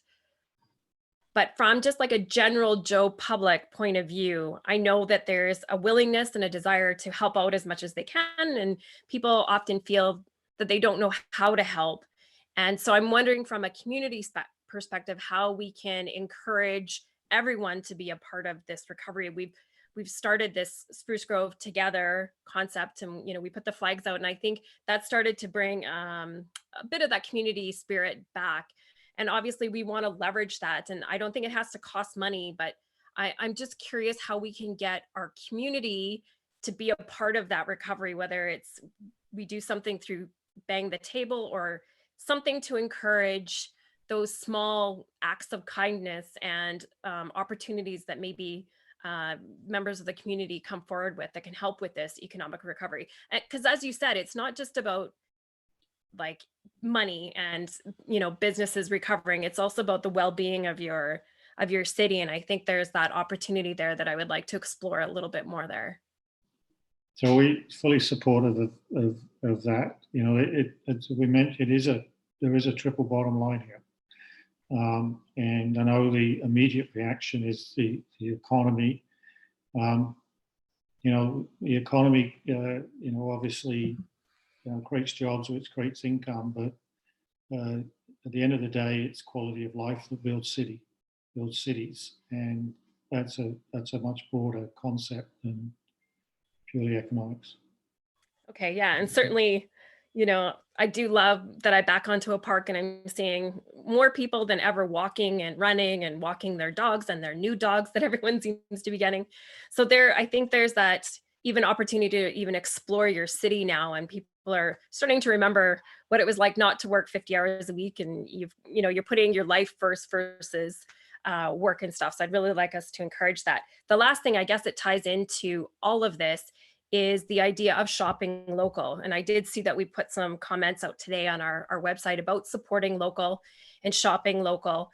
And I know there's lots of talk around this, but like looking at our procurement processes to really try and find a way that we can support our community and leverage what we have here in our city, because I think we have to walk the walk as a city if we're expecting our residents and everyone to support our local businesses as well. So I think there's a lot about that, about the shop local or support local, that I think is also a key part of this recovery.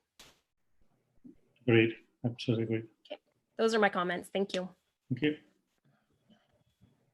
Okay, thank you very much, Councillor Stevenson, and some good points too, particularly when you talk about the social fabric of the community and the number of people that you see out now. And I actually see more seniors out walking than I've ever seen before, and lots of families and kids out and everything else on that side. But it's an important aspect of what we're trying to achieve. Councillor Grilke, you were next on the queue, so go ahead.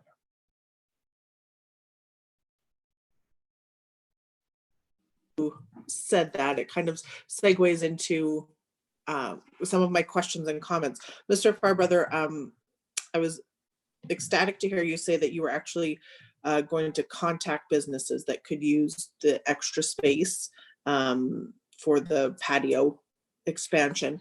My only question would be, are you going to contact what we think the businesses could use, or all of those restaurants that would be given the opportunity, or would we segregate some?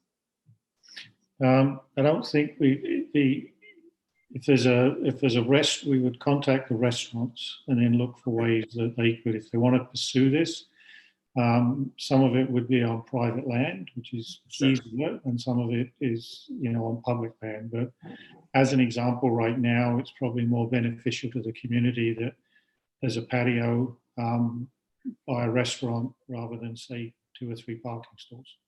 Sure. Right? Because I'm sure you've noticed there's quite a few restaurants that haven't opened just because the economic feasibility of 50% capacity is not there. So I certainly appreciate that. I just wanted to make sure that we weren't going to decide, that we were going to give everybody kind of an option and Yes. work there. I guess one of the things then that this parlays into is a more effective way to communicate these timely things to our businesses, residents, and stakeholders. So I know we've talked previously in corporate planning and such about an app of some sort. I think this speaks to the necessity of it to have I'd be curious to know what the traffic on our website is. I think, council and administration tries to push the message out, but I don't know that it's often sought out. And so I would love to maybe drill down into some of those analytics and see us go further with that. And then we can also then hopefully generate some support for some of the grassroots initiatives that would be beneficial to our local businesses and residents. So I had a comment about the signage one, but I'll email that one because I don't know that this is the platform for that. So those are my comments. Thanks. Thank you. Okay, thank you very much. I think we've got Councillor Acker and then Councillor Oldham. Thank you, Mr. Mayor, and through to administration. I'm happy to see the framework in place. I agree with the draft structure as it's being presented, but just to elaborate on some of the previous comments, I would like to see a key part of that is however we can engage, whether it's residents, special interest groups, sporting groups, businesses, that we utilize that ability to get what their needs are. I know we can always identify what we think the needs might be, but I think it's valuable to make sure that's part of the process, that we're actively engaging them, not just waiting for them to fill out something on a website and we'll try and keep an eye on it. So hopefully as that's part of it, that's great. I think number one, as a municipality, we need to be kind of the warehouse of all of the supports, either federally or provincially, that we can point businesses and residents in the right place. I know we're doing that right now on our website in the COVID. We need to continue doing that. There's new information and programs for financial assistance or business grants that we are, one stop that they can come and get access to those. So that'd be great. And throughout it all, I think just continuous outreach to identify as those needs change and as we evolve through this process, things that might be a problem today may not be a problem in 6 months. So as long as we're always going back out there and testing the waters to see what the needs are in our community, whether from a senior standpoint or a sports group standpoint or a business standpoint, that we're getting that information. And if there's the ability to utilize our existing technology through our Facebook and our Bang the Table or any surveys to get senses of any of the themes that we're looking at as an administration or as a council, just get some feedback on that side, I think would be valuable. And then number one, I think just communication has to be key in this whole process, that what we're doing is communicated and we continue to do that with our community and our partners and our stakeholders, and that we're actively receiving the communication in the two-way process. But I think that the framework captures that, and I'm happy to see it move along. And as you say, it's a dynamic process and we don't know where we're going to get. The one question on budgeting and financial planning moving forward, because we don't know what the long term might look like. Will we be re-looking at any of our capital expenditures to ensure that investments we're making in the community are meeting a need that are either spurring the economy or helping out quality of life in our community? Because as we are going to find is the economy is taking a hit and people's pocketbooks are taking a hit, and we need to make sure we're maximizing every dollar spent in our community to help out, whether it's business, residents, community groups. So hopefully we can relook, and maybe there may be a reprioritization that needs to take place in the fall, but I'm sure that's also part of the process. But I'm very happy to see this. Thank you, Mr. Farbrother. Okay. Yes, yes, and yes. Thank you very much, Councillor Acker. Let's go over to Councillor Oldham. Councillor Oldham. Excellent. Thank you, Mayor. In general, I think, flexibility is going to be paramount as we move through this. We can have some ideas and potential, solutions now, but that's going to change as time goes on. And I really appreciate the flexibility administration has shown to this point, not having to get bogged down in bureaucracy and just kind of make a decision on signs for businesses and get it out there and make it quick. So I appreciate that, and that's going to be important moving forward. One question I do have, and the $206,000 in grants we got, that's excellent to hear. And this relates right into the question, is with some of these efforts, especially on the community side and maybe on the business side as well, is this going to be city-run programs through FCSS, or are we going to be looking at potential grant, bigger grants to organizations that are already doing some work in the city that we see as a priority? Is there a model or a hybrid there that we're considering? Yeah, so a lot of these actually will be essentially contract dollars to other third parties to provide that service. I believe the way the grants are structured, it's not money coming into the city per se.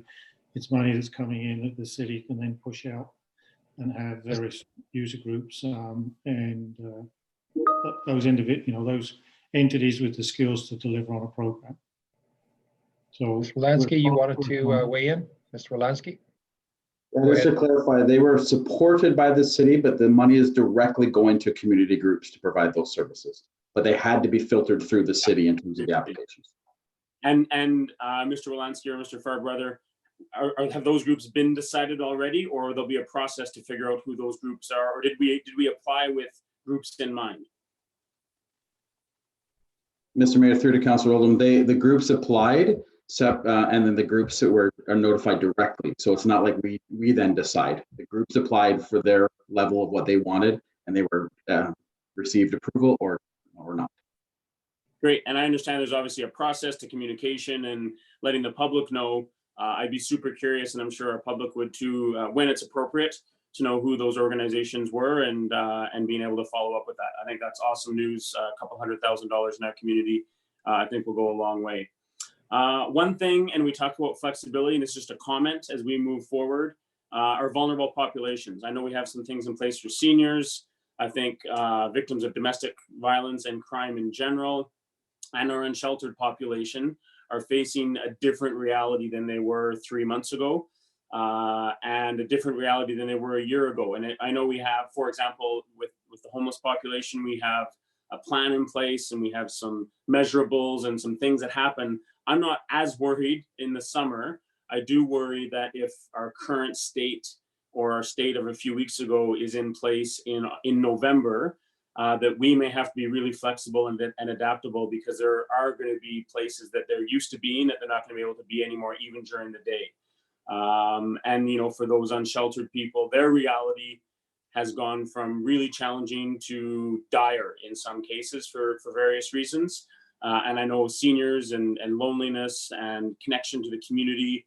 And I know you're aware of all this. I'm not telling you anything you don't know. You're the experts. But as I think about what COVID might look like 6 months from now or 8 months from now, if there is that second wave, really on our toes and flexible and I know as a municipality, sometimes that's tough because there's plans in place and we have to follow those through. And I just hope that we can continue to be that way. But that's just something I wanted to throw out there, and it's not a today issue. Obviously, as my colleagues have mentioned, businesses are a huge part of this, and supporting them, again, being flexible and supporting their turnaround is going to be really important. And I think someone commented already on working with our member municipalities in the Tri-region and continuing to work with the government. Those matching funds for our capital projects would, again, be wonderful for our community, job creation, get our city going, get our community going again. And I think if we can continue to do that, I think we're doing a lot of the right things right now, but it is going to be an ever-changing situation. And I'm grateful for the leadership we have at city administration, from Mr. Fairbrother on down. Like I think Councillor Roth said, I have a lot of trust and faith in what you do and the transparency and sharing it here and taking all the input. So I'm fairly positive in a challenging situation, and look forward to being part of solutions and helping out as we can moving forward. That's all. Thank you. Okay, thank you very much, Councillor Oldham. Councillor McKenzie. Yes, thank you, Mr. Mayor. Through you to administration. Thank you for the great presentation. And I think a lot of the questions that I had, or, discussions have been answered with the colleagues' questions. I just been wondering, and maybe it's too early to talk about this, but, in it, you briefly mentioned about moving forward in the future. And I'm just wondering, where are we at with how is staff feeling about working at home, being able to remotely work? Is there, I'm trying my hardest for my own personal aspect to always try to find the silver lining of this whole thing that we're going through. And do you potentially maybe see in the future that there could be some sort of cost savings that could come forward from this?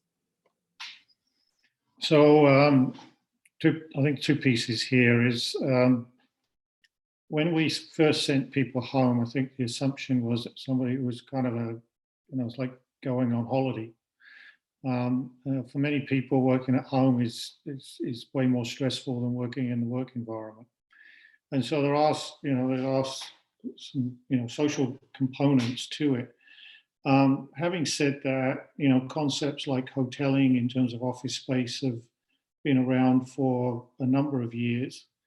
And probably what COVID has done is it's actually created a significant change, and therefore in some respects people get to experiment, and sometimes those experiments tell you whether something's a good idea or a bad idea. It's a reasonable question, I think, to the city to say, do we, our current plans assume that as we grow more office space. This may cause us to actually decide maybe the office space we have is what we have, and then we design around that and look at mechanisms to limit that, which would obviously have a different impact in terms of the capital profile and also in terms of operating dollars. Having said that, we are still in a business and we're still a small enough community that a lot of our staff actually do individual service delivery. And so it's easier to do hoteling when you've got 10 people doing the same thing than it is if one. But absolutely, we are open and committed to looking at leveraging this situation, as opposed to, we're not looking at just going back to where we were. And in that regard, if the province said tomorrow everybody can go back to the office, I think our recommendation to council would be, no, we'll carry on the way we are, and we'll look at transitioning people back in an appropriate fashion. And maybe the pod concept that we have carries on in the future, which gives us resiliency if we have a problem down the road, or we build that concept into the discussion. But no firm decisions yet. But there are, a simple answer to your question is, are there opportunities? Yes, there are opportunities, and we do want to explore them. Perfect. And then just to, you actually kind of segue into my last question, or not really a question, more of a statement, and it is how proud I have been of administration. And to hear you say that if the province said tomorrow that we could reopen, that doesn't necessarily mean that we just reopen. And hearing you say that gives me great confidence. And while I respect, with administration and even with my colleagues here, we're constantly getting questions from businesses to reopen. But as we know with the restaurants and such, it isn't just a matter of opening the doors. There's still certain regulations and things that you got to follow. And sometimes for some businesses, it doesn't truly make sense to open. And so giving them that support and allowing it to happen slowly, I just really appreciate our administration and how open you guys have been to be able to say no, but then also working to say yes. So thank you for all the hard work to you and all of administration. Thank you. Okay, thanks very much, Councillor McKenzie. Mr. Farbrother, a question has been asked by a number of small businesses that find themselves in a situation where they have the tenant and the landlord issue related to not participating in the recovery programs and that they're being forced to pay full rent. And they're asking us, could we get involved? I think I know the answer, but I think maybe if you could share the perspective on related to the business tenant issue that is happening in some areas of our city where the I guess the landlord is requiring full payment and not part of the shared service. So the general comment would be, this isn't a legal question, it's a peer pressure question. And we would suggest that groups like the business community and the chamber have greater leverage in terms of peer pressure than the city does. There's no perspective that,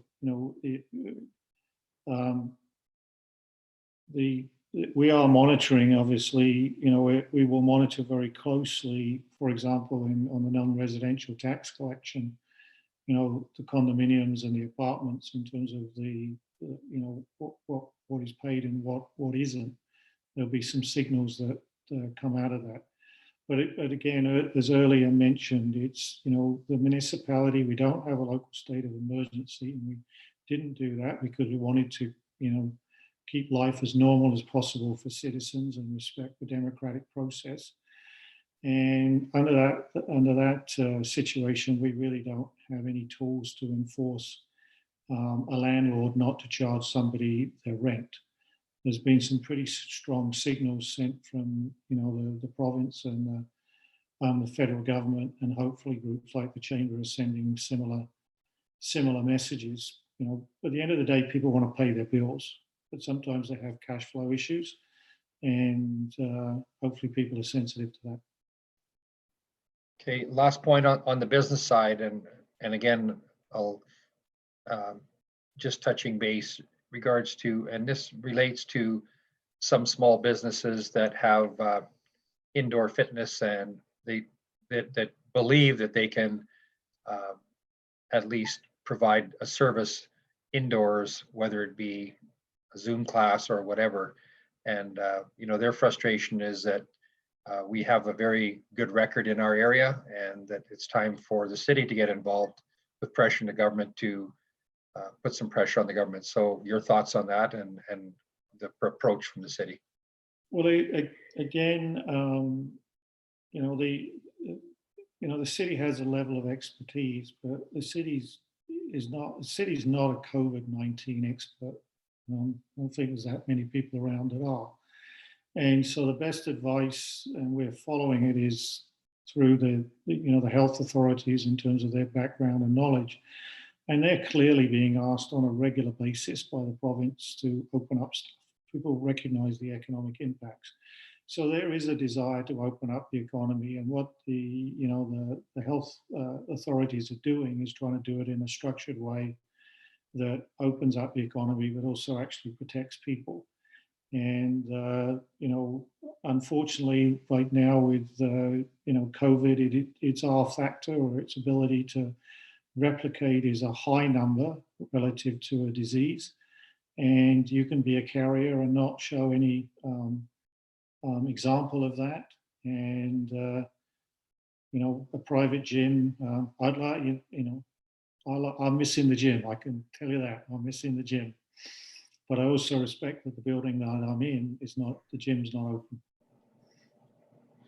Okay, thank you very much. And I think that pretty much concludes all the questions from council. Mr. Farbrother, appreciate the work you and your team are doing.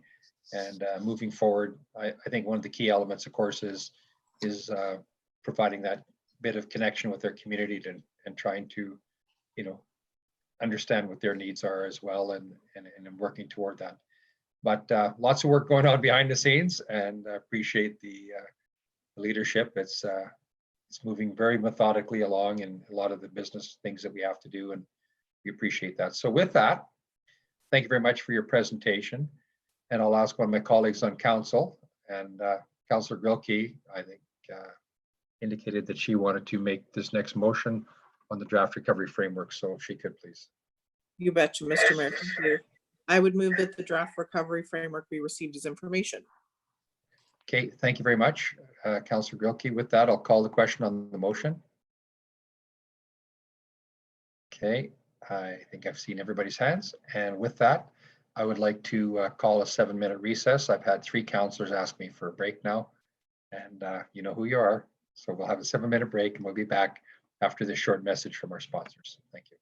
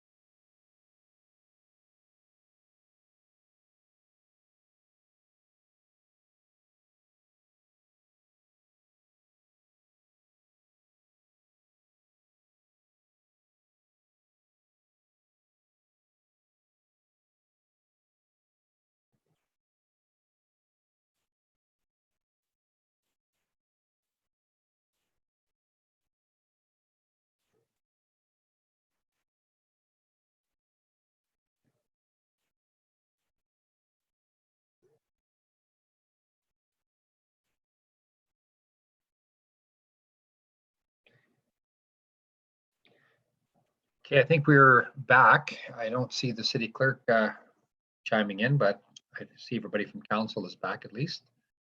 So there she is. We're back. So I'd like to call the meeting back to order. And moving forward with our next order of business is going to be under 4B, the Economic Development Advisory Committee. And I'll maybe ask Councillor Stevenson. I'm going to lead off here. If you could make a motion to get this started, Councillor Stevenson, on this particular item. Sure. I'll move that the input provided on the Economic Development Advisory Committee be brought forward for council's consideration. Okay, thank you very much. And that's what we're here for. There's been some, certainly some options presented to council in regards to how this committee could operate. So I'll turn it over to Mr. Walker to lead us through it. Thank you, Mr. Mayor. The Economic Development Committee, or EDAC, was established in 2010 as one of the recommendations set out in the 2010 Economic Development Strategy approved by Council. Under the terms of reference, EDAC was to provide recommendations and advice to City Council and administration on the development and implementation of the Economic Development Strategy and the general encouragement of business and economic development in Spruce Grove. EDAC has functioned well over the past 10 years and has made a positive contribution in providing a sounding board as well as contributing ideas. More recently, it brought forward some recommendations in late 2019 on expanding the size of EDAC and other changes to update the terms of reference. This led to a more comprehensive review by administration of the terms of reference and its role as a council committee. The review concluded that EDAC, under its existing terms of reference, did not fully meet the criteria for being a council committee as set out under the Municipal Government Act. In fact, it operated more as a hybrid, capturing many aspects of an administrative committee with council representation. The conclusion was that this poses some issues from a governance perspective. So council's direction is being requested on the following three options.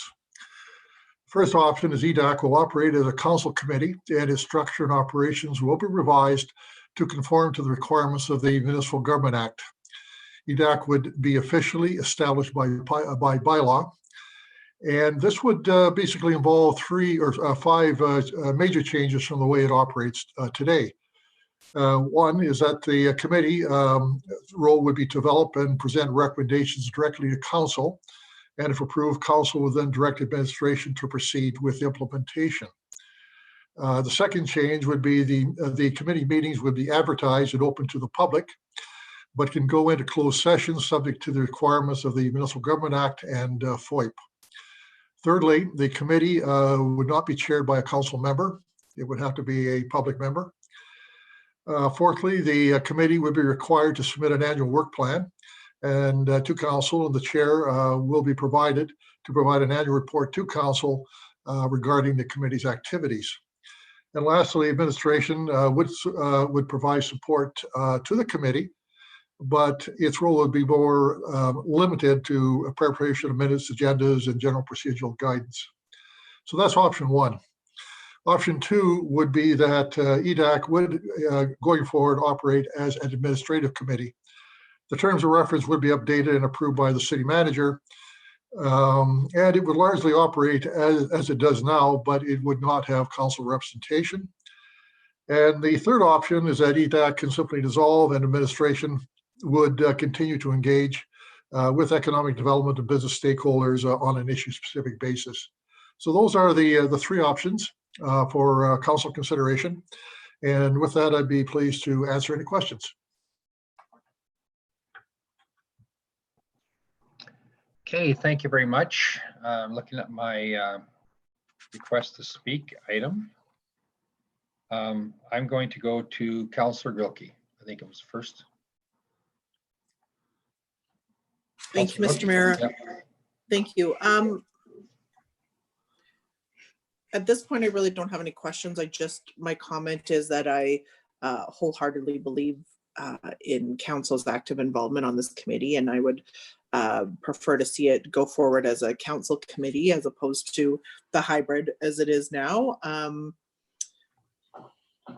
My feeling is that as a newer member on the committee, as a relatively new member of council, as you know, my active involvement of the chamber, business community, etc., I find such value for this committee, and I think that it, the piece that I feel in my short tenure that's being lost is the two-way flow of information.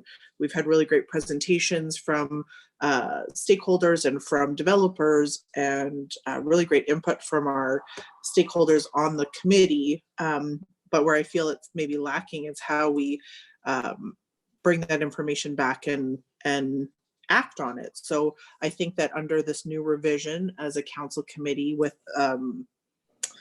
the detail that you've given here, I think that would be easily established and a much more robust and effective committee. And I would look forward to seeing it. I would be excited to see it into fruition. So thank you. Okay. Thank you very much, Councillor Bielke. Councillor Acker, go ahead. Thank you, Mr. Mayor. Just a question, since I've never sat on this committee. How much currently is administration used in the day-to-day or the operations of the committee as it stands right now? Is it a large role that administration currently does within the committee work? Or is it more of discussions, round tabling, and then recommendations coming out? I just want to get an idea of what today looks like. Mr. Walker? Through you, Mr. Mayor. Currently, administration has a very substantial role in it. And essentially, we often bring agenda items to the table, basically to get feedback from the committee. But committee members also bring items forward. So essentially, presently we would be responsible for ensuring that there is sufficient preparation and briefing and so on and so forth available to all the committee members. Okay, so if we were to change it into a council committee, we'd lose that ability. It would have to go through a committee up to council, and then council gives direction to administration for either follow-up or to look into an issue or an item to come back to council, to go back to a committee. Is that how you see this working? I would say that in literal sense, yeah. I think that the main issue, I mean, if there's some major issues that the committee wants to tackle, then that would be the appropriate route. But an awful lot of the discussion really is maybe what I wouldn't necessarily put in the major initiative category. I just think there are a lot of other things that really come to the table where we're interested in getting feedback and so on and so forth. So I think on a more informal basis, maybe some of that could continue. Okay, because fundamentally the two main options are quite a different setup than what we have. You mentioned it's a hybrid right now. We're kind of a council with administration driven. Yeah, it's a tough one because there's benefits on both. On one side, we do have council involvement, which we could work with the stakeholders and kind of look through our economic development plan. But at the same time, having an administrative committee working with the stakeholders may be more efficient and get better results. So I'm torn right now. I'm going to have to listen to my colleagues on where they're going because I see merits and benefits on both sides. Is there any clear recommendation on administration side of which way we should be looking? We've just brought this forward in terms of getting feedback from council. Okay, thank you. That's all I have. Okay, thank you very much, Councillor Acker. Councillor Stevenson. Great, thank you. So currently I'm the chair of EDAC and possibly the shortest tenure as chair for the EDAC committee with exactly one meeting under my belt. So good for me. So I do think we should be keeping this as a committee, or a council committee. I do like the accessibility that a lot of our stakeholders on that committee have to council. And I think they appreciate that as well, that when we're around the table with them, we are on equal footing and we have a lot to listen from these experts, and I think our economic stakeholders appreciate that. And we've been talking about this for a while, about giving them a little bit more teeth. And I think a council committee formalizes that and gives them that ability to bring some of the issues forward. We're not the experts in a lot of these areas. And as much as we'd like to spend time on some of these issues, we don't live it day to day. And so I think a lot of these initiatives that this EDAC committee could bring forward as a council committee would be of interest to council, and I think would actually strengthen our decision making when it comes to some of the corporate plans and some of the economic initiatives we have. We're hearing directly from them instead of that hybrid approach we have right now when it comes to the administration. I think we still have the ability to do what we're doing from the administrative side. We just go to a CCBA meeting, we go to a chamber meeting, any of the other people we want to engage with, whether it's the library or other people who have a stake in economic, like keeping a strengthened economic city. We can do that. So there's nothing stopping us from presenting. But I do think it's really important that we have the strongest EDAC committee possible. And I do appreciate that there are a couple of us around that table to be able to listen and hear directly from them. So I would be happy for us to formalize this and give the EDAC committee a little bit more teeth. I do lose my tenure. That's okay. I'm happy to sit around the table and listen. So that's my 2 cents, just coming from my limited experience at this time sitting on the committee for the last couple of years. Okay, thank you, Councillor Stevenson. Councillor Oldham. Thank you, Mayor. I would like to see it be a council committee. I think administration's role is still very important in a council committee. They just go from being the engine of the committee to being the rudder of the committee, and ensuring that we stay on track and that they're there for support. And I think that having council involvement is really important. It is also in our package anyway recommended that EDAC be established officially as a council committee. It was mentioned on page 33 of our package that that's administration's recommendation. So I would just lend my voice to that, to supporting that. I think as Councillor Stevenson and others, Grokey and Acker mentioned, that there's lots of good work that needs to be done, especially given the times that we're in. And I look forward to hearing from other people and seeing where this goes, but I would recommend and support it being a council committee. Thank you.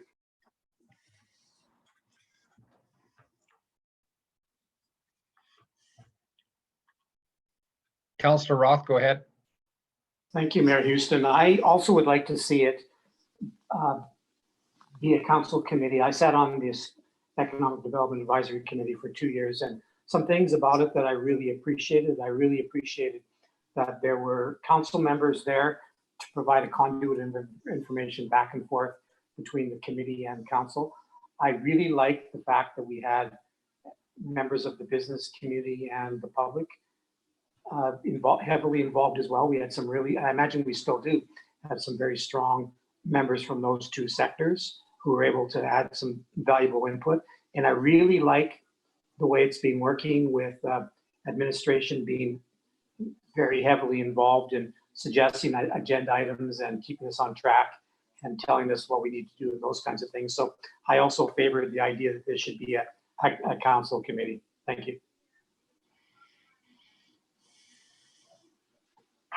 Okay, thank you very much, Councillor Roth. That pretty much concludes speakers list. If anybody else has anything, Councillor McKenzie is the only one who hasn't spoken. Maybe she hasn't requested, so that's okay. I just would weigh in as well, and you know, I think this is a great committee for council to be on, and I think some streamlining of how we work on that committee, that administration looked at to better align with the Municipal Government Act and such is good.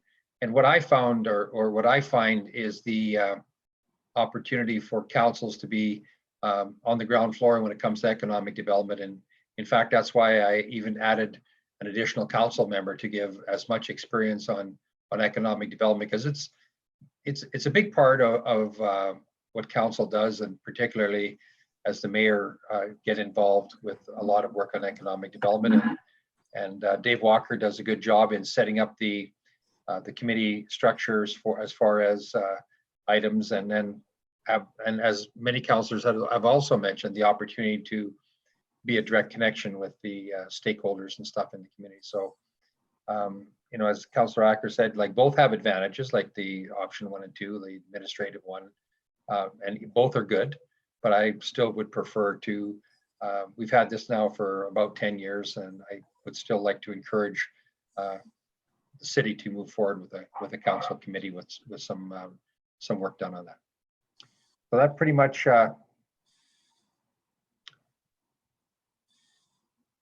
concludes. Mayor, do you mind if I just correct myself? Yeah, I just seen that. Yeah. Okay, Sorry, go ahead.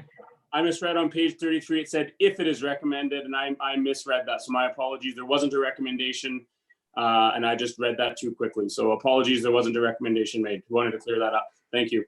Okay, thank you very much. Okay, that concludes. We have a motion on the floor in regards to, I think there's some direction given to administration on this one. So we have a motion on the floor by Councillor Stevenson. Okay, we have Councillor Grilke who have a question.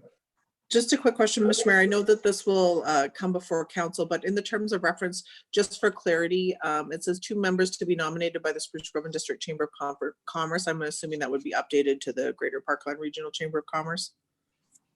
Yes, that's correct. Yep. Yep. Thank you. Okay, thank you very much. Can I also clarify then a question? I know when we were talking about updating all of this in 2019, we talked about the makeup of the committee. So I imagine that this will actually all come forward reflecting some of those changes that we were working on. Yes, that's correct. That would be part of the bylaw coming forward. Yeah. Okay, perfect. Thank you. Any other questions or comments? Seeing none, I'll call the question on the motion. All those in favor? Okay, opposed if any? Okay, thank you very much. That's been carried. And thank you very much for pulling that all together, staff. Okay, moving forward, we're going to 4C under corporate asset management and C1016-19 asset management policy. Who's taking that one? Mr. Shepherd? Good evening, Mr. Mayor and Council. Thank you very much for the introduction. We're going to have Mr. Hayter, our Manager of Asset Management, joined by Mrs. Shepherd and Mr. Stenner pop in to provide you folks with an overview of the approach we've been taking on the asset management program. Thank you. Okay, thank you very much, Ms. Bogie. Go ahead.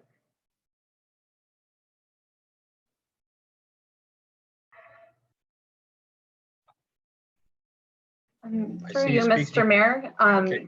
Ms. Shepherd, can you please turn your headset down? Thank you for the reminder. Thank you.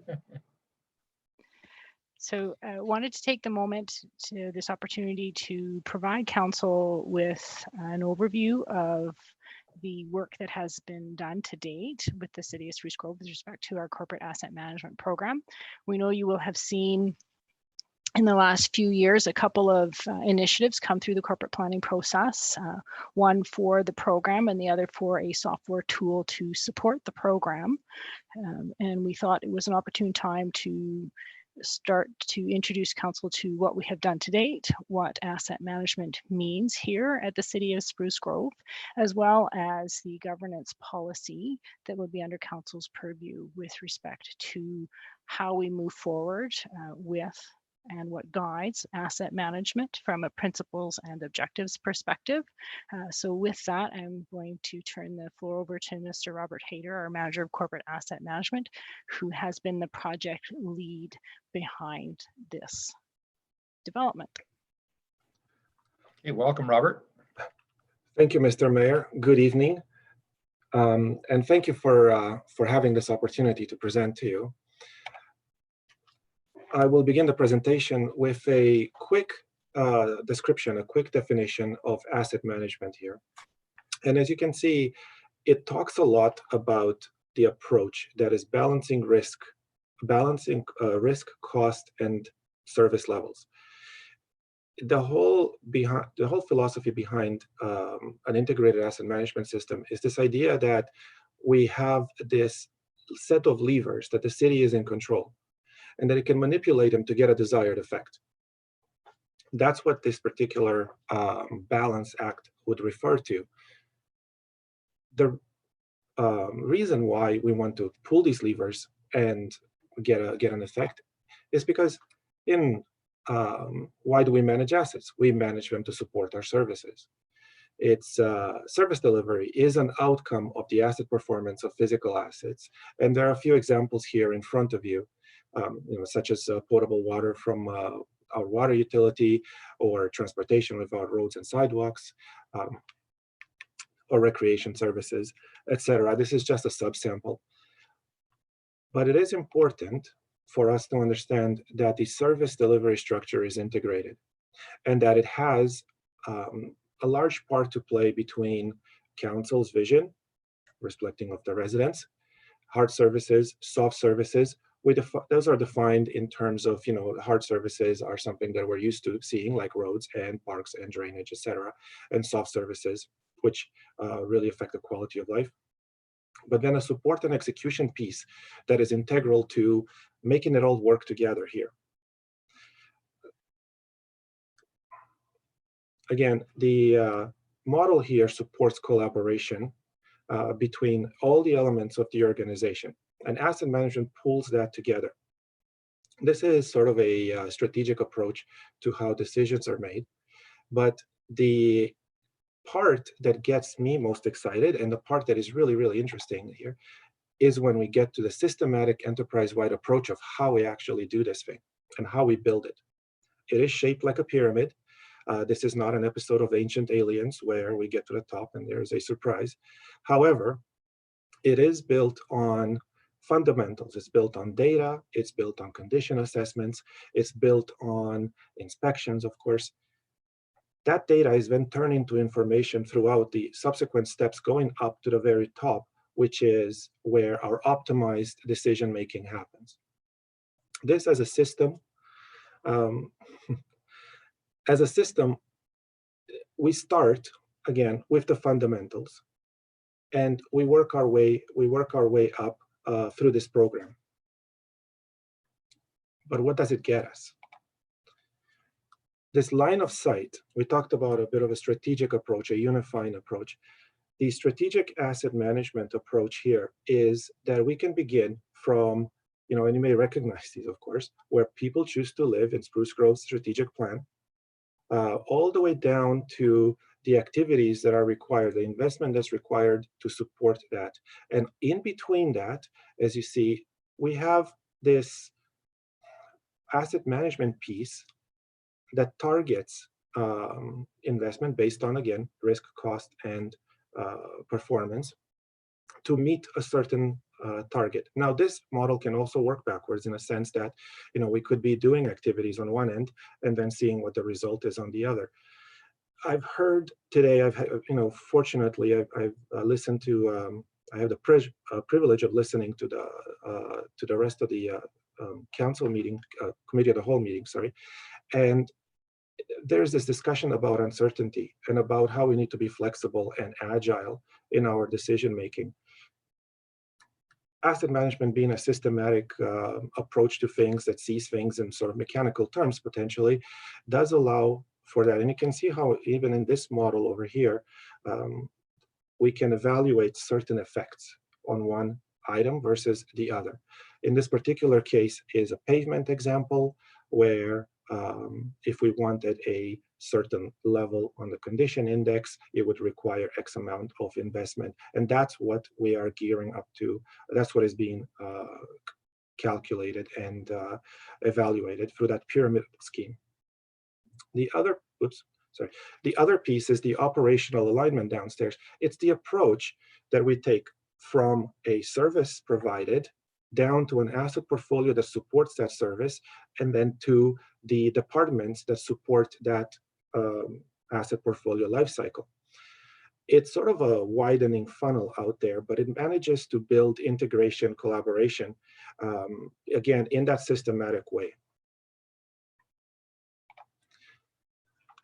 In terms of some of the examples of asset management right now, facilities, I'll start with that. It's the one of our first portfolios that we have implemented the asset management work on, and it's building a hierarchical model of our assets for it. So again, it's that pyramidal. There it is again, in case anybody missed it. It's the building that pyramid structure where, again, we're building the asset data, we're getting good condition information. It's integrated with some of our other stakeholders that are on the facility side. It is informing our operators in terms of priorities and quantity of priorities of work, importance of work, what's upcoming, and it provides that whole life view of the asset in very clear sort of terms over here, which then allows, back to the top, the ability to manipulate the different balance levers there. I will turn it over to Mr. Stenner, though, to discuss a little bit about roads and the integration piece. Oops, my bad. Sorry. There we go.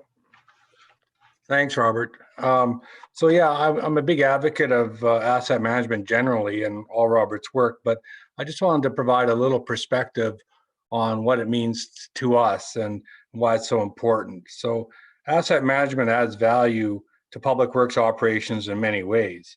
It increases the availability of infrastructure data that is used to inform our work and our work plans. These plans are then turned into actions and deliverables that produce a service level for the community. Asset management breaks down departmental barriers as we're all involved in collecting, maintaining, and sharing infrastructure data.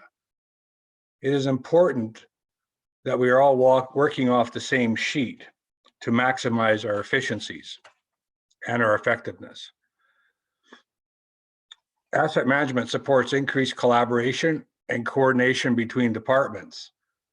This is critical for departments that are working on the same assets. For example, it is essential that engineering and public works work closely to develop annual and long-term programs for major infrastructure groups such as roadways.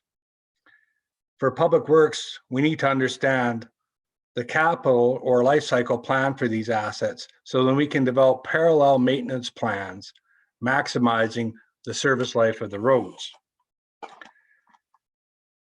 Asset management gives us the ability to work towards becoming a proactive service provider and moving away from reactive service delivery.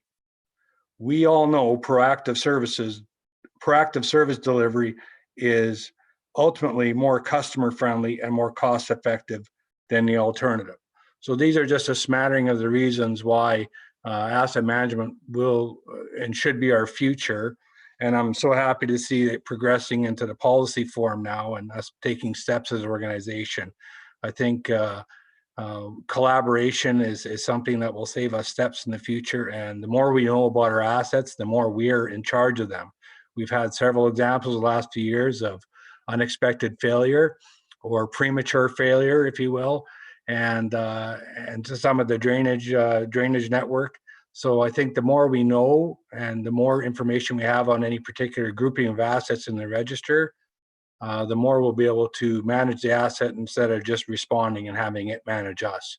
And ultimately, it's about finding the economies and the efficiencies to save money so we can do more other things in the future. So yeah, thanks, Robert, for letting me speak to this subject. I think it's just going to be a great collaborative tool going forward. So thank you. Okay, thank you. And I just, when Kevin came on to speak, I had a couple of councillors that must have tweaked their interest, Kevin. So I'm going to start with Councillor Grilke. She may have a question either of Robert or Kevin, I'm not sure who, but go ahead, Councillor Grilke. Thank you, Mr. Mayor. My question is to either Robert or Kevin. So as Mr. Stenner indicated, I feel like we've been more of a reactive community based on proactive. So do we have a good smattering of data collected to this point in order to enable us to transition quickly into a more formal asset management system? And then second to that, once the policy is approved, or if it is approved, what's kind of the timeline to be more efficient? From a system, I'll take the first question if you don't. Thank you, Mr. Mayor. I'll answer. Thank you through you to Councillor Grocki. Thank you. Sorry. Thank you for getting that right. So to your first question, we have we're actually the database, the base of this thing is actually coming along quite nicely. There's been a lot of focus on it, and there has been a lot of investment in it and a lot of formalization. And we are rapidly progressing towards having really good data for a number of key portfolios. Roads and facilities are the two examples that I've listed here because we are probably the closest with them. However, there are plans this year and next year to progress along some of the other major infrastructure portfolios that we operate. So for that particular perspective, I hope that's enough, but yes, absolutely, we are getting there. And to your second question, in terms of timelines, I believe that was there is a little bit of value at every one of these steps. So it doesn't have to be an all or nothing process. If we wait for perfect data and perfect analysis, it'll take far longer than we need to. So every time we get new information, new data, new ability to process that data into information, we are then able to turn around a higher quality effect out of it, be it efficiency or affordability or risk reduction or whatever it may be. So in the timelines are, if I can imagine, it's almost an ongoing thing. And actually my next slide speaks a little bit about that. But sort of right now it's in the corporate plan as well. And it's the next couple of years would really get us to a good standard, assuming that uncertainty, as we heard today, right, does not come into play. Does that answer your question, Council? Yes, it absolutely does. And then I guess my final question would be, and maybe this is preliminary, but within that timeline, then if we're switching from more reaction-based to proactive-based, that's also going to have an expectation level, as I think Mr. Stenner mentioned, about our customers and our residents, and what that looks like, that we're not going to be reactive on some of our services. It's going to be more planned and methodical, and that's going to have to come with education and communication. So I'm assuming that will be integrated into the plan. Thank you. Although I facilitate the asset management program, the expectation management is a key component of it, and the change management of it. Continuous improvement, as well as communicating what is happening out there. There's the value will be there. So it is part of the mechanism, and it is part of the system. Thank you so much. And just one more question before we move on. Councillor McKenzie, you had a question. Yes, thank you, Mr. Mayor. I just want to say it's a great presentation, and I also, Mr. Hayter, you made a comment about, as you were presenting, how you get excited about the system coming together. And when I look at asset management, I really believe that it allows for that transparency and, moving forward and hopefully making right decisions. One of the things that I have a question on, though, is looking at, I guess, section 3 and then 3.1, looking at the responsibilities of council. And one of the things that I'm wondering about is, like, we talk about council, we approve the asset management policy and we support the objectives. And then we also approve the capital and operating budgets. What I'm hoping, and maybe this is more for administration, but moving forward, as this comes into place, and again, I understand that not quite there yet, and we're getting there. But I really hope that we are able to better look at ways of doing our capital budgeting and looking at it as opposed, and I guess assisting council in making a better decision of what is above the line versus below the line. And also then taking it one more step further to section 4.1D, where we're talking about optimizing the service levels. And I guess my concern is it does say service levels support council priorities. But I'm wondering if there shouldn't be somehow in the wording a little bit under 3.1 where council is a little bit responsible for setting those service levels. You know, when we're looking at roads or sidewalks or any of our infrastructure moving forward, you know, it's that determination. And, you know, if we set a service level A, B, or C as options, and council then is able to do 10 projects if we do service level 3 or C, versus if we do everything at service level 1, then we're only able to do 4 projects. But in essence, I believe that underlying decision should be coming from council. So I'm just wondering how that tie-in happens within this policy.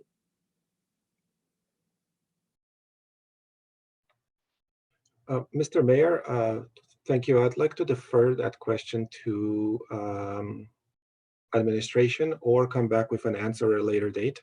Honestly, I do not think I understand the full implication. So maybe the question that you're raising and would support is ultimately council as the public decision-making body sets sort of the expectation around the asset management strategy in the same way as you do with service levels in terms of how many times you cut the grass versus you know, whether you're going to let roads deteriorate and then rebuild versus replace roads before they get to a rebuild point in time. I think as we've mentioned before, you know, we want to come back and kind of redo the corporate plan process because it was really written at a time that is different from the world that we're currently in now. And so that whole conversation or you know, ultimately there's going to be a certain amount of money you spend on capital. You know, what portion of that is done on the rehabilitation and maintenance of existing capital?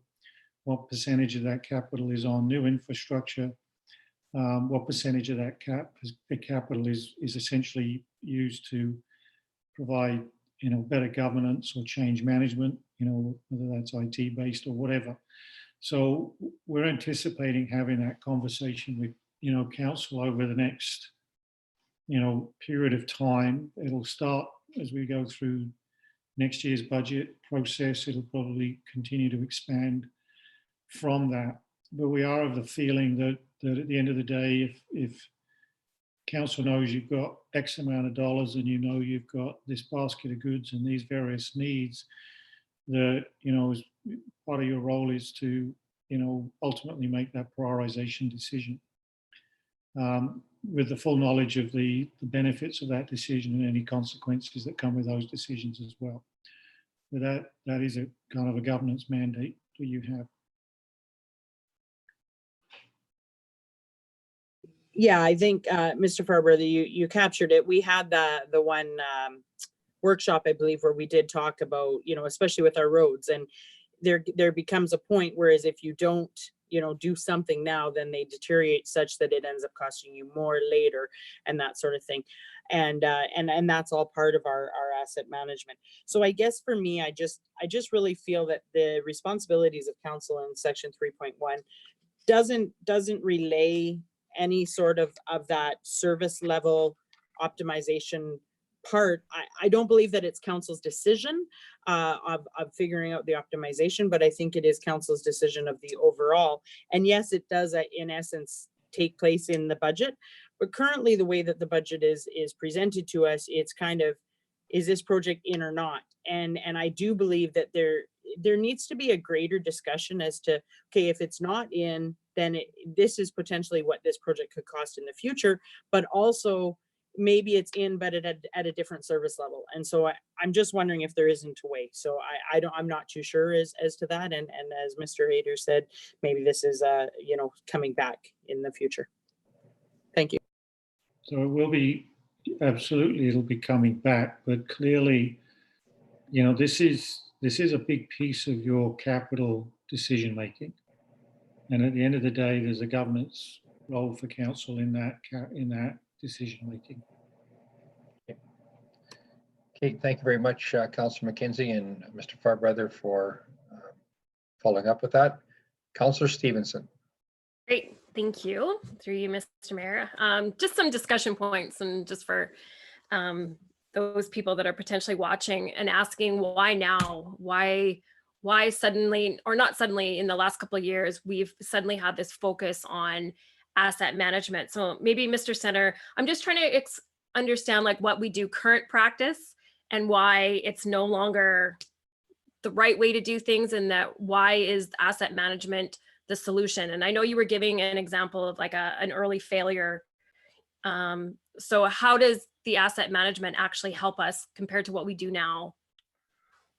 Well, through you, Mr. Mayor, I think that's a really good question. And I think I don't want to portray it that there's not collaboration amongst departments in the city. Engineering is in charge of a capital life cycle program. We have to do operations, but we can always do better. And I think the do better, there's a couple things that comes to mind when you ask your question. And one of them is about business intelligence and we're too big of an organization now in public works to rely on that guy that's been here for 15 years and has all the history about that asset, and there's a problem in that road and that sewer down the street plugs every April 15th, and you know that those days are gone. And so we need a system that allows to build us information over time. And so we'll just layer up our information about each asset grouping, and then we'll make better decisions on local conditions and how long that 20-year road, does it really last 20 years here? And then we spread out the capital dollars, and we want to replace assets just at the right time. You don't want to do it too early and you don't want to do it too late, because that's the best value for the asset. And we want then, in between those life cycle periods, we need to do maintenance, and we don't want to do the wrong maintenance at the wrong time. We want the right thing just enough at the right time. And so if councils wish, over successive councils want to maintain a certain condition of roads, and that happens to be a 6.5 out of 10, then we can say to councils, subsequent councils, that, well, if we spend 1.3 million a year here, we'll maintain the 6 based on, because a lot of these things are predictable. Assets fail predictably. But what happens is there's a limited amount of money and a little bit of funding to go around. And so council's ultimate choice is, do I spend it over here or a little bit on roads? And trying to find the right balance. We don't turn services on and off. We have to provide them all as a suite of services. And so then we need to make sure that we get the right funding piece for each one. So did I answer a question in there at all? It did, thank you. I might have follow-ups for you. So right. From what I'm understanding, it's that idea that, well, we are a mid-sized city, and we knew that this is what, you know, we're experiencing, is some of these growing pains that you can't do, like you said, relying on memory and you know, people who've been here for a while. So it sounds like we want to take a more integrated approach and get away from sometimes some of the siloed effects that happen with any major project. You don't realize that you're often working in parallel with another department where you could save some efficiencies. And I think I did hear the economies and some of the efficiencies. So I imagine that does that. One of my questions is part of our assets is the human side of things. So I understand this is like mostly physical, but when you think about, like when I was looking at a couple of the slides, obviously there's a human aspect to this, that if we prioritize roads or we prioritize different pieces, you need the right assets in terms of your human capital as well. So do we, I don't assume that we're keeping track of functions or job positions within the asset management tool, but is there something that's happening in parallel? And the reason I ask that is because of what's happening with COVID. And Mr. Farbrother already brought up that, you know, in order to avoid even more layoffs, we were looking to redeploy people based on their skill set and their ability to be able to help where we felt there was a bigger need. So how are we tracking that human side of the assets? Maybe maybe I'll respond to that one for Kevin. So it is an important consideration. You know, if you, in very simple terms, you got money, people, and technology. We often use the money side on the physical infrastructure, but our human capital, or the capacity of our organization, has to evolve and continue to develop. And so, lifelong learning becomes or continues to be an important component of the city operations. There's the technical skills that we learn that we want to keep up to date with. And often those are attributable to some of the things like water and sewer, fire, for example. But it's also the behavioral attributes as well that lead to performance success. So there's been some work HR has been doing recently around, the whole, developing the future leaders and also looking at our risk profile in terms of if someone was to retire, how do we replace them? In an ideal situation, with some replacement is actually through the legitimate market situation, and other is through promotion. And you want those two opportunities to be available in your organization, not overly rely on one or the other, because both of them have some downsides. So yes, I would say that as opposed to being responsibility of asset management, that work is housed within HR, and succession planning, lifelong learning, professional development, performance enhancement. Those are all pieces of the HR toolkit. Because at the end of the day, we're trying to manage, get the most out of our labor, get the most out of the available dollars. And even on asset management, we don't get $100 and then pick the assets. We get $100 of which, $20 are tied to a federal program that allows you to do A, B, and C, but not D, E, and F. We get some money from the taxpayer that we can use across the board. Other piece we get from MSI. So sometimes there's as much of a work figuring out what we need to replace and then figuring out the financial combination of projects that give us the most bang for our buck. And so that's ultimately what should be put in front of council that says, based on the current circumstance, looking at a 10-year window, this is the best way to spend the money on asset replacement. And as a simple example, I think as we presented to council a few weeks ago around the stimulus work that the province has identified, is that we're looking to do a lot of overlay work. Well, what that does then is open up the window for other capital work, which we would have had in our capital budget anyway. So it's kind of that balancing. I know sometimes I go on a bit, and that was one of those, so I apologize.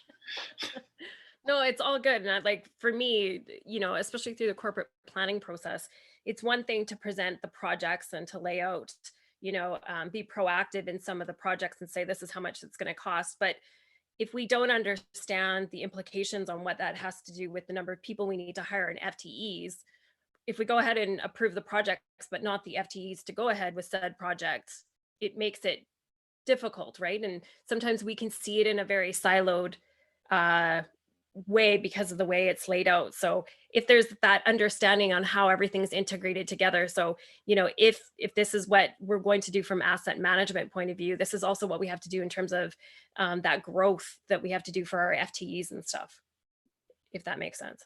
Absolutely. So I think what you're referring to a little bit is the operating impacts of capital. Sure. And the feeling that you want to fully understand that, and absolutely you should understand the operating impacts of capital. Yeah, perfect. And then my last comment, I guess for me, it's just understanding, I think this information is fabulous. And I get excited when we start talking about this because this becomes understandable even for Joe resident. And so I'm curious on like what type of information we share with residents for them to understand, like, these are the projects that we're looking at over the next 10 years. These are the assets we have to build and maintain. And because I think it's an easier conversation to have with people, that they understand that, you know, when we're looking at, let's say, a 2% or a 3% tax increase year over year, it's not just to maintain the status quo. It's because we're keeping up with the growth of the city, and that, you know, there is certain expectation levels. So, you know, with the idea of smart city and open data and stuff, will people have access to understanding what our assets look like here in the city? Well, the principle would be absolutely. You know, there's no reason why the public can't see on a dashboard where the assets of, if they're making a decision to move here, it's like buying a condo. You want to know whether there's any hidden costs of being a resident. And if you've not looked after your assets, yes, you buy the place and then get the supplementary assessment. At a very simple level, that's exactly what we're talking about here. And so in a rapidly growing community, you know, at some point, the high rates of growth, you hit a period of time, 20 years down the road, it's fairly easy to predict. It's a bit like population growth, that you're going to have a lot of assets to replace. There's no surprises. But so having a dashboard, the objective at the end of the day is that public pretty much should be able to see how the city's performing without having to contact us. They could just go online and see it and they draw their own conclusions. And if they don't like the conclusions, they'll come and talk to you. Okay, perfect. So those are my comments. I just want to say thank you for the work you've done to date. This is great, and I think it's going to do a lot for the way we approach some of the projects and initiatives we want to do going forward. So I just hope that we do share this work that you've done so far with members of the community, so they can see what we're doing. So this is great. Thank you for sharing. We had a couple of questions from council that popped up. Robert or Kevin, did you have anything further on the presentation, or Tanya? We did want to conclude the presentation with going back towards the policy side of it, which is literally. So would it be okay? Thank you, Mr. Mayor, by the way, sorry. Would it be okay to proceed with the last few slides and then answer the questions? Absolutely. Thank you. Sure. Okay. And so this next slide actually touches on many of the comments that I heard, and it talks about sort of the journey ahead, right? It is a journey. It is complex in some cases, but it does move us, and you know, Kevin mentioned and we heard, it does move us more from that reactive quality in some of the things towards a more systematic. And in between that, again, we mentioned that there's different sort of levels, and in between each of these levels there's value that exists. Again, we don't have to wait until level 4 to gain any kind of benefit out of this system. So this sort of talks a bit about one of the earlier questions from council. Point of order, Mr. Hayter, can you please share your screen again so we can see the PowerPoint presentation?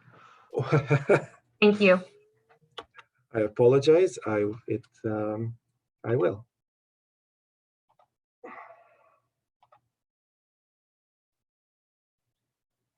This may help. Thank you. Thank you. Okay, so this is the journey ahead. This is the journey forward, and sort of the reactive to proactive to more predictive to systematic sort of a journey. It's a maturity that moves forward, that we progress on. And again, my point is that in between all of these, there are many achievements that can be made and a lot of value that can come out.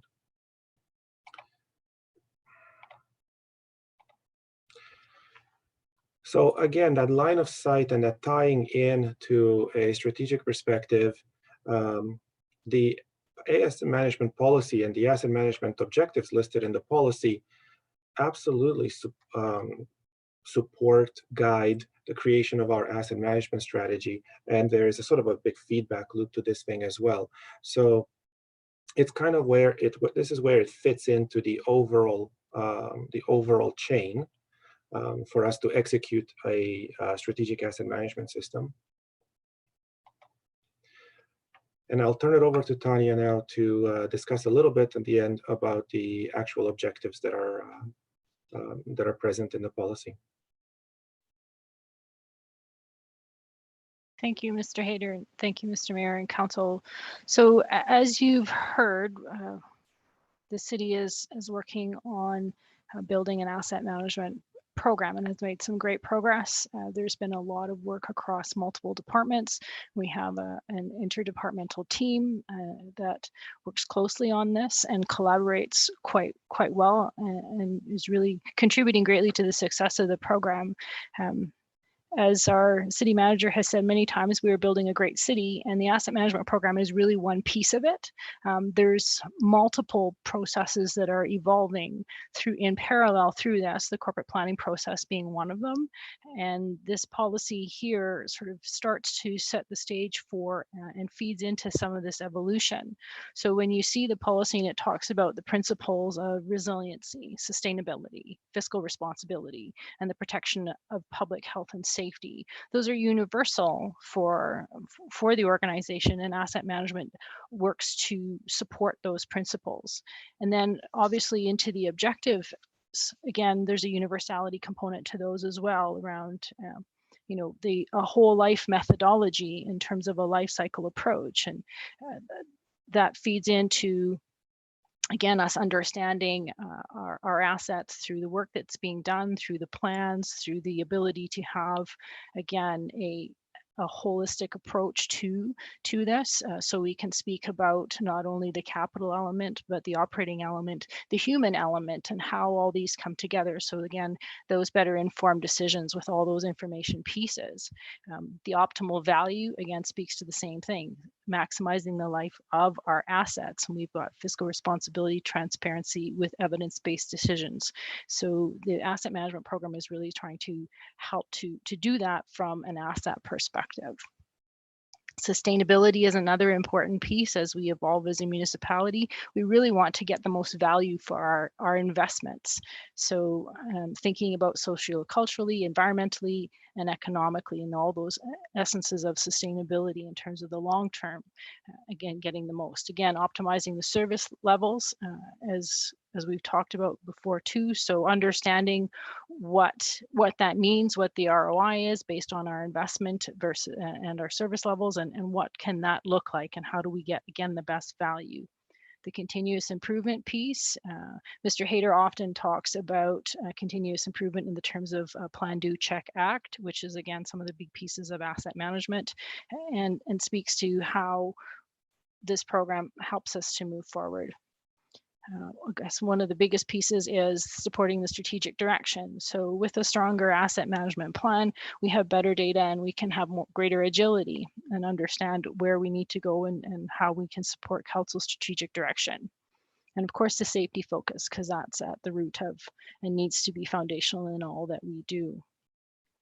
So with this, you're seeing setting the stage for council's providing the direction around asset management and around the principles and objectives that set the tone for asset management. And these will then be reflected in an asset management strategy, which the city manager will be responsible for in terms of the implementation of council's direction through this. And you'll see this come back to council through conversations around long-term financial planning and capital planning and through the corporate planning process as we continue to evolve both of those so that these all fit together. So that concludes our presentation on asset management and this corporate policy. I have noted some of the comments that members of council provided to date, and would be happy to hear others. It is our intent to bring this policy back to council once we've received committee's input and bring it back for approval. So happy to entertain questions. Thank you. Okay, thank you very much for the presentation. And I know during my term as mayor over a number of years, I was always connected with different parts of asset management, and it seemed like we were, somewhat disconnected. We had our fleet manager that looked after a lot of the vehicles and stuff. Then we had the, different guys on the road maintenance. And as Kevin said, there was usually, Kevin Goodwin was the guy that used to do a lot of advice on the roads. But when you break it down and look at the overall, there's thousands of assets that Robert is putting together and correlating that. And I think Councillor Stevens spoke to the analytical data and smart cities, and how you pull all that together, and then how we blend that in with the corporate plan and all that. But with the numbers of items, I'm really happy to see us getting a more strategic approach to how we handle it and how we deal with it, and the complexity of putting that all together onto spreadsheets and then using the data to know when to replace and stuff like that is key for us moving forward. And that's part about being a mid-sized city and doing good work. But thank you very much for that. I'll open up the floor to my colleagues on council, and I'll start off with Councillor Acker. Thank you, Mr. Mayor, and thank you so much for presenting this. Looking at the presentation and the draft policy, I support all of it because it just makes sense. But I have one question on the data collection. I know you can do quality checks and look at the current situation of a road or a building, but are we also capturing, how many times a certain item was vandalized in the community, how many complaints we got on this stretch of roadway for speeding or for potholes? Do those also tie into the asset management, or is it just strictly on a physical, current physical status of that? I don't know who can answer that, but Through you, Mr. Mayor, to Councillor Acker. Sure.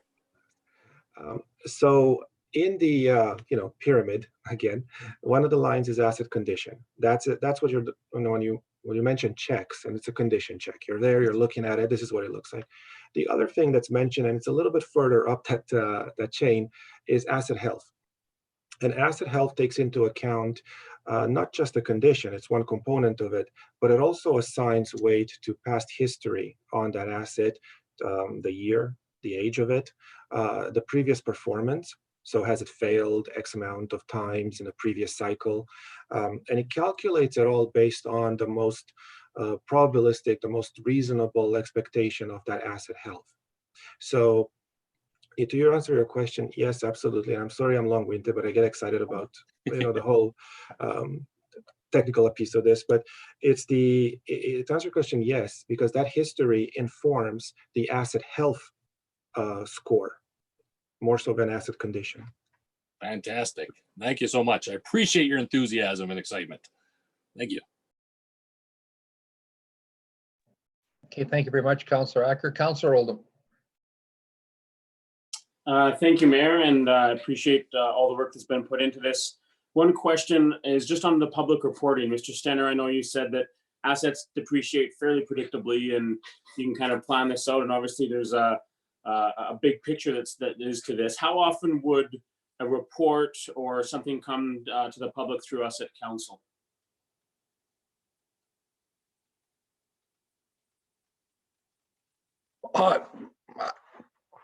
Short answer, I don't know. I think I don't know what the reporting metrics are built in. Maybe Robert can speak to that, but in terms of linking back to council, maybe he can speak to that.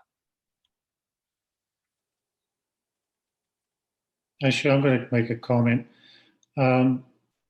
So, as you know, as has been mentioned, the city's talked about asset management for quite a period of time, and it has done a fair bit of work. But taking the asset management approach in terms of being information that the organization uses internally and moving it to information that is publicly shared and is part of a broader communication isn't there. And then secondly, based on the historical model of the corporate planning, which was predominantly project-based, then the asset discussion was related to the project itself, as opposed to conversations about half a dozen different projects, of which you may choose to do two, which is being raised by council. And so this question, the first question is are we actually going to replace the asset? Because maybe we don't. So if we're not replacing it, it gets old, you throw it away. If we are going to replace it, is it going to be replaced in the way that it was constructed originally? Or are you going to change it? Well, how does that play out? As we move in the next 10 or 15 years to a much greater AI-based world, we may find that road deterioration slows down because in an AI world, trucks can't use their engine retarder brakes. And the biggest deterioration on a road is not cars. It's that large scale stop-start motion. That's what beats up roads. You can have hundreds of thousands of cars, doesn't do anything.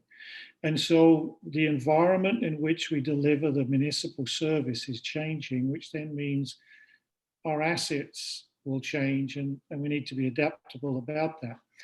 But there are some assets that are going to be the same. 50 years from now, we are still going to be providing water and ensuring that we continue to do that in an appropriate fashion. So the work that we're doing at the moment is to learn what we know. And we've got to start thinking about what does that mean for our future, and then have that influence how we prioritize. And when having done that work is then say to the public, this is it. You can see our performance. You can go on a dashboard, you can pull up an app, and you can see what's going on.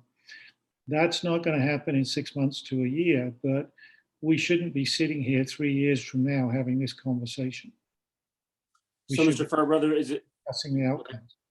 Is it fair to say that the kind of updates and reporting would come through the corporate plan and the capital and operational expenditures and costs that we need to do on that yearly basis?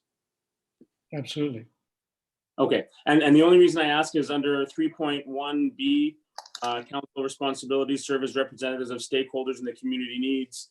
And so I just want to ensure that we have a mechanism to understand, and again, roads depreciate at a predictable time. I get most of it's predictable, but we all know that things happen, whether it's floods or lots of different traffic or whatever.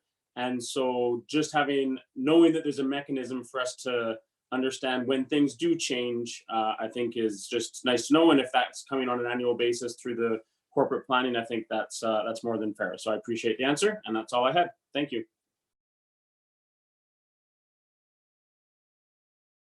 Sorry, thank you very much. It pretty much concludes the questions of council, unless there's anything else that anybody would like to ask.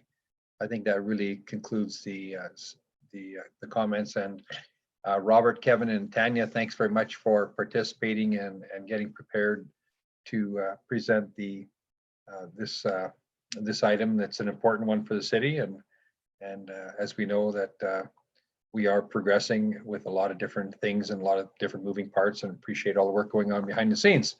So with that, I would ask one of my colleagues on council if they could make a motion before you under this item. And I didn't see anybody put their hand up. Councillor Acker, go ahead. Thank you, Mr. Mayor. I'd move that the presentation on the Corporate Assessment Management Program and the Asset Management Policy, CP-1016-19, be received as information, and that the feedback provided by the committee be brought to council when they consider the policy for approval. Okay, thank you very much, Councillor Acker. So we have the motion. Any questions or comments in regards to the motion? Seeing none, I'll call the question on the motion. All those in favor? Opposed, if any? Thank you very much. That's been carried. Looking at our next item, looks like we're going to be looking for one more motion for this evening. Councillor Oldham. Motion to adjourn, Mayor. Okay, thank you very much, Councillor Oldham. All those in favor? Opposed, if any? That's been carried. Oh, actually, sorry, I was just a little bit slow. Yes, that was unanimous. Thank you very much. That's been carried. Okay, thanks very much, Mr. Farbrother and staff, for a great evening. It was a lot of information, and we're working through a lot of stuff in behind the scenes. Appreciate all the work. Thanks very much, everyone. Good night. So long.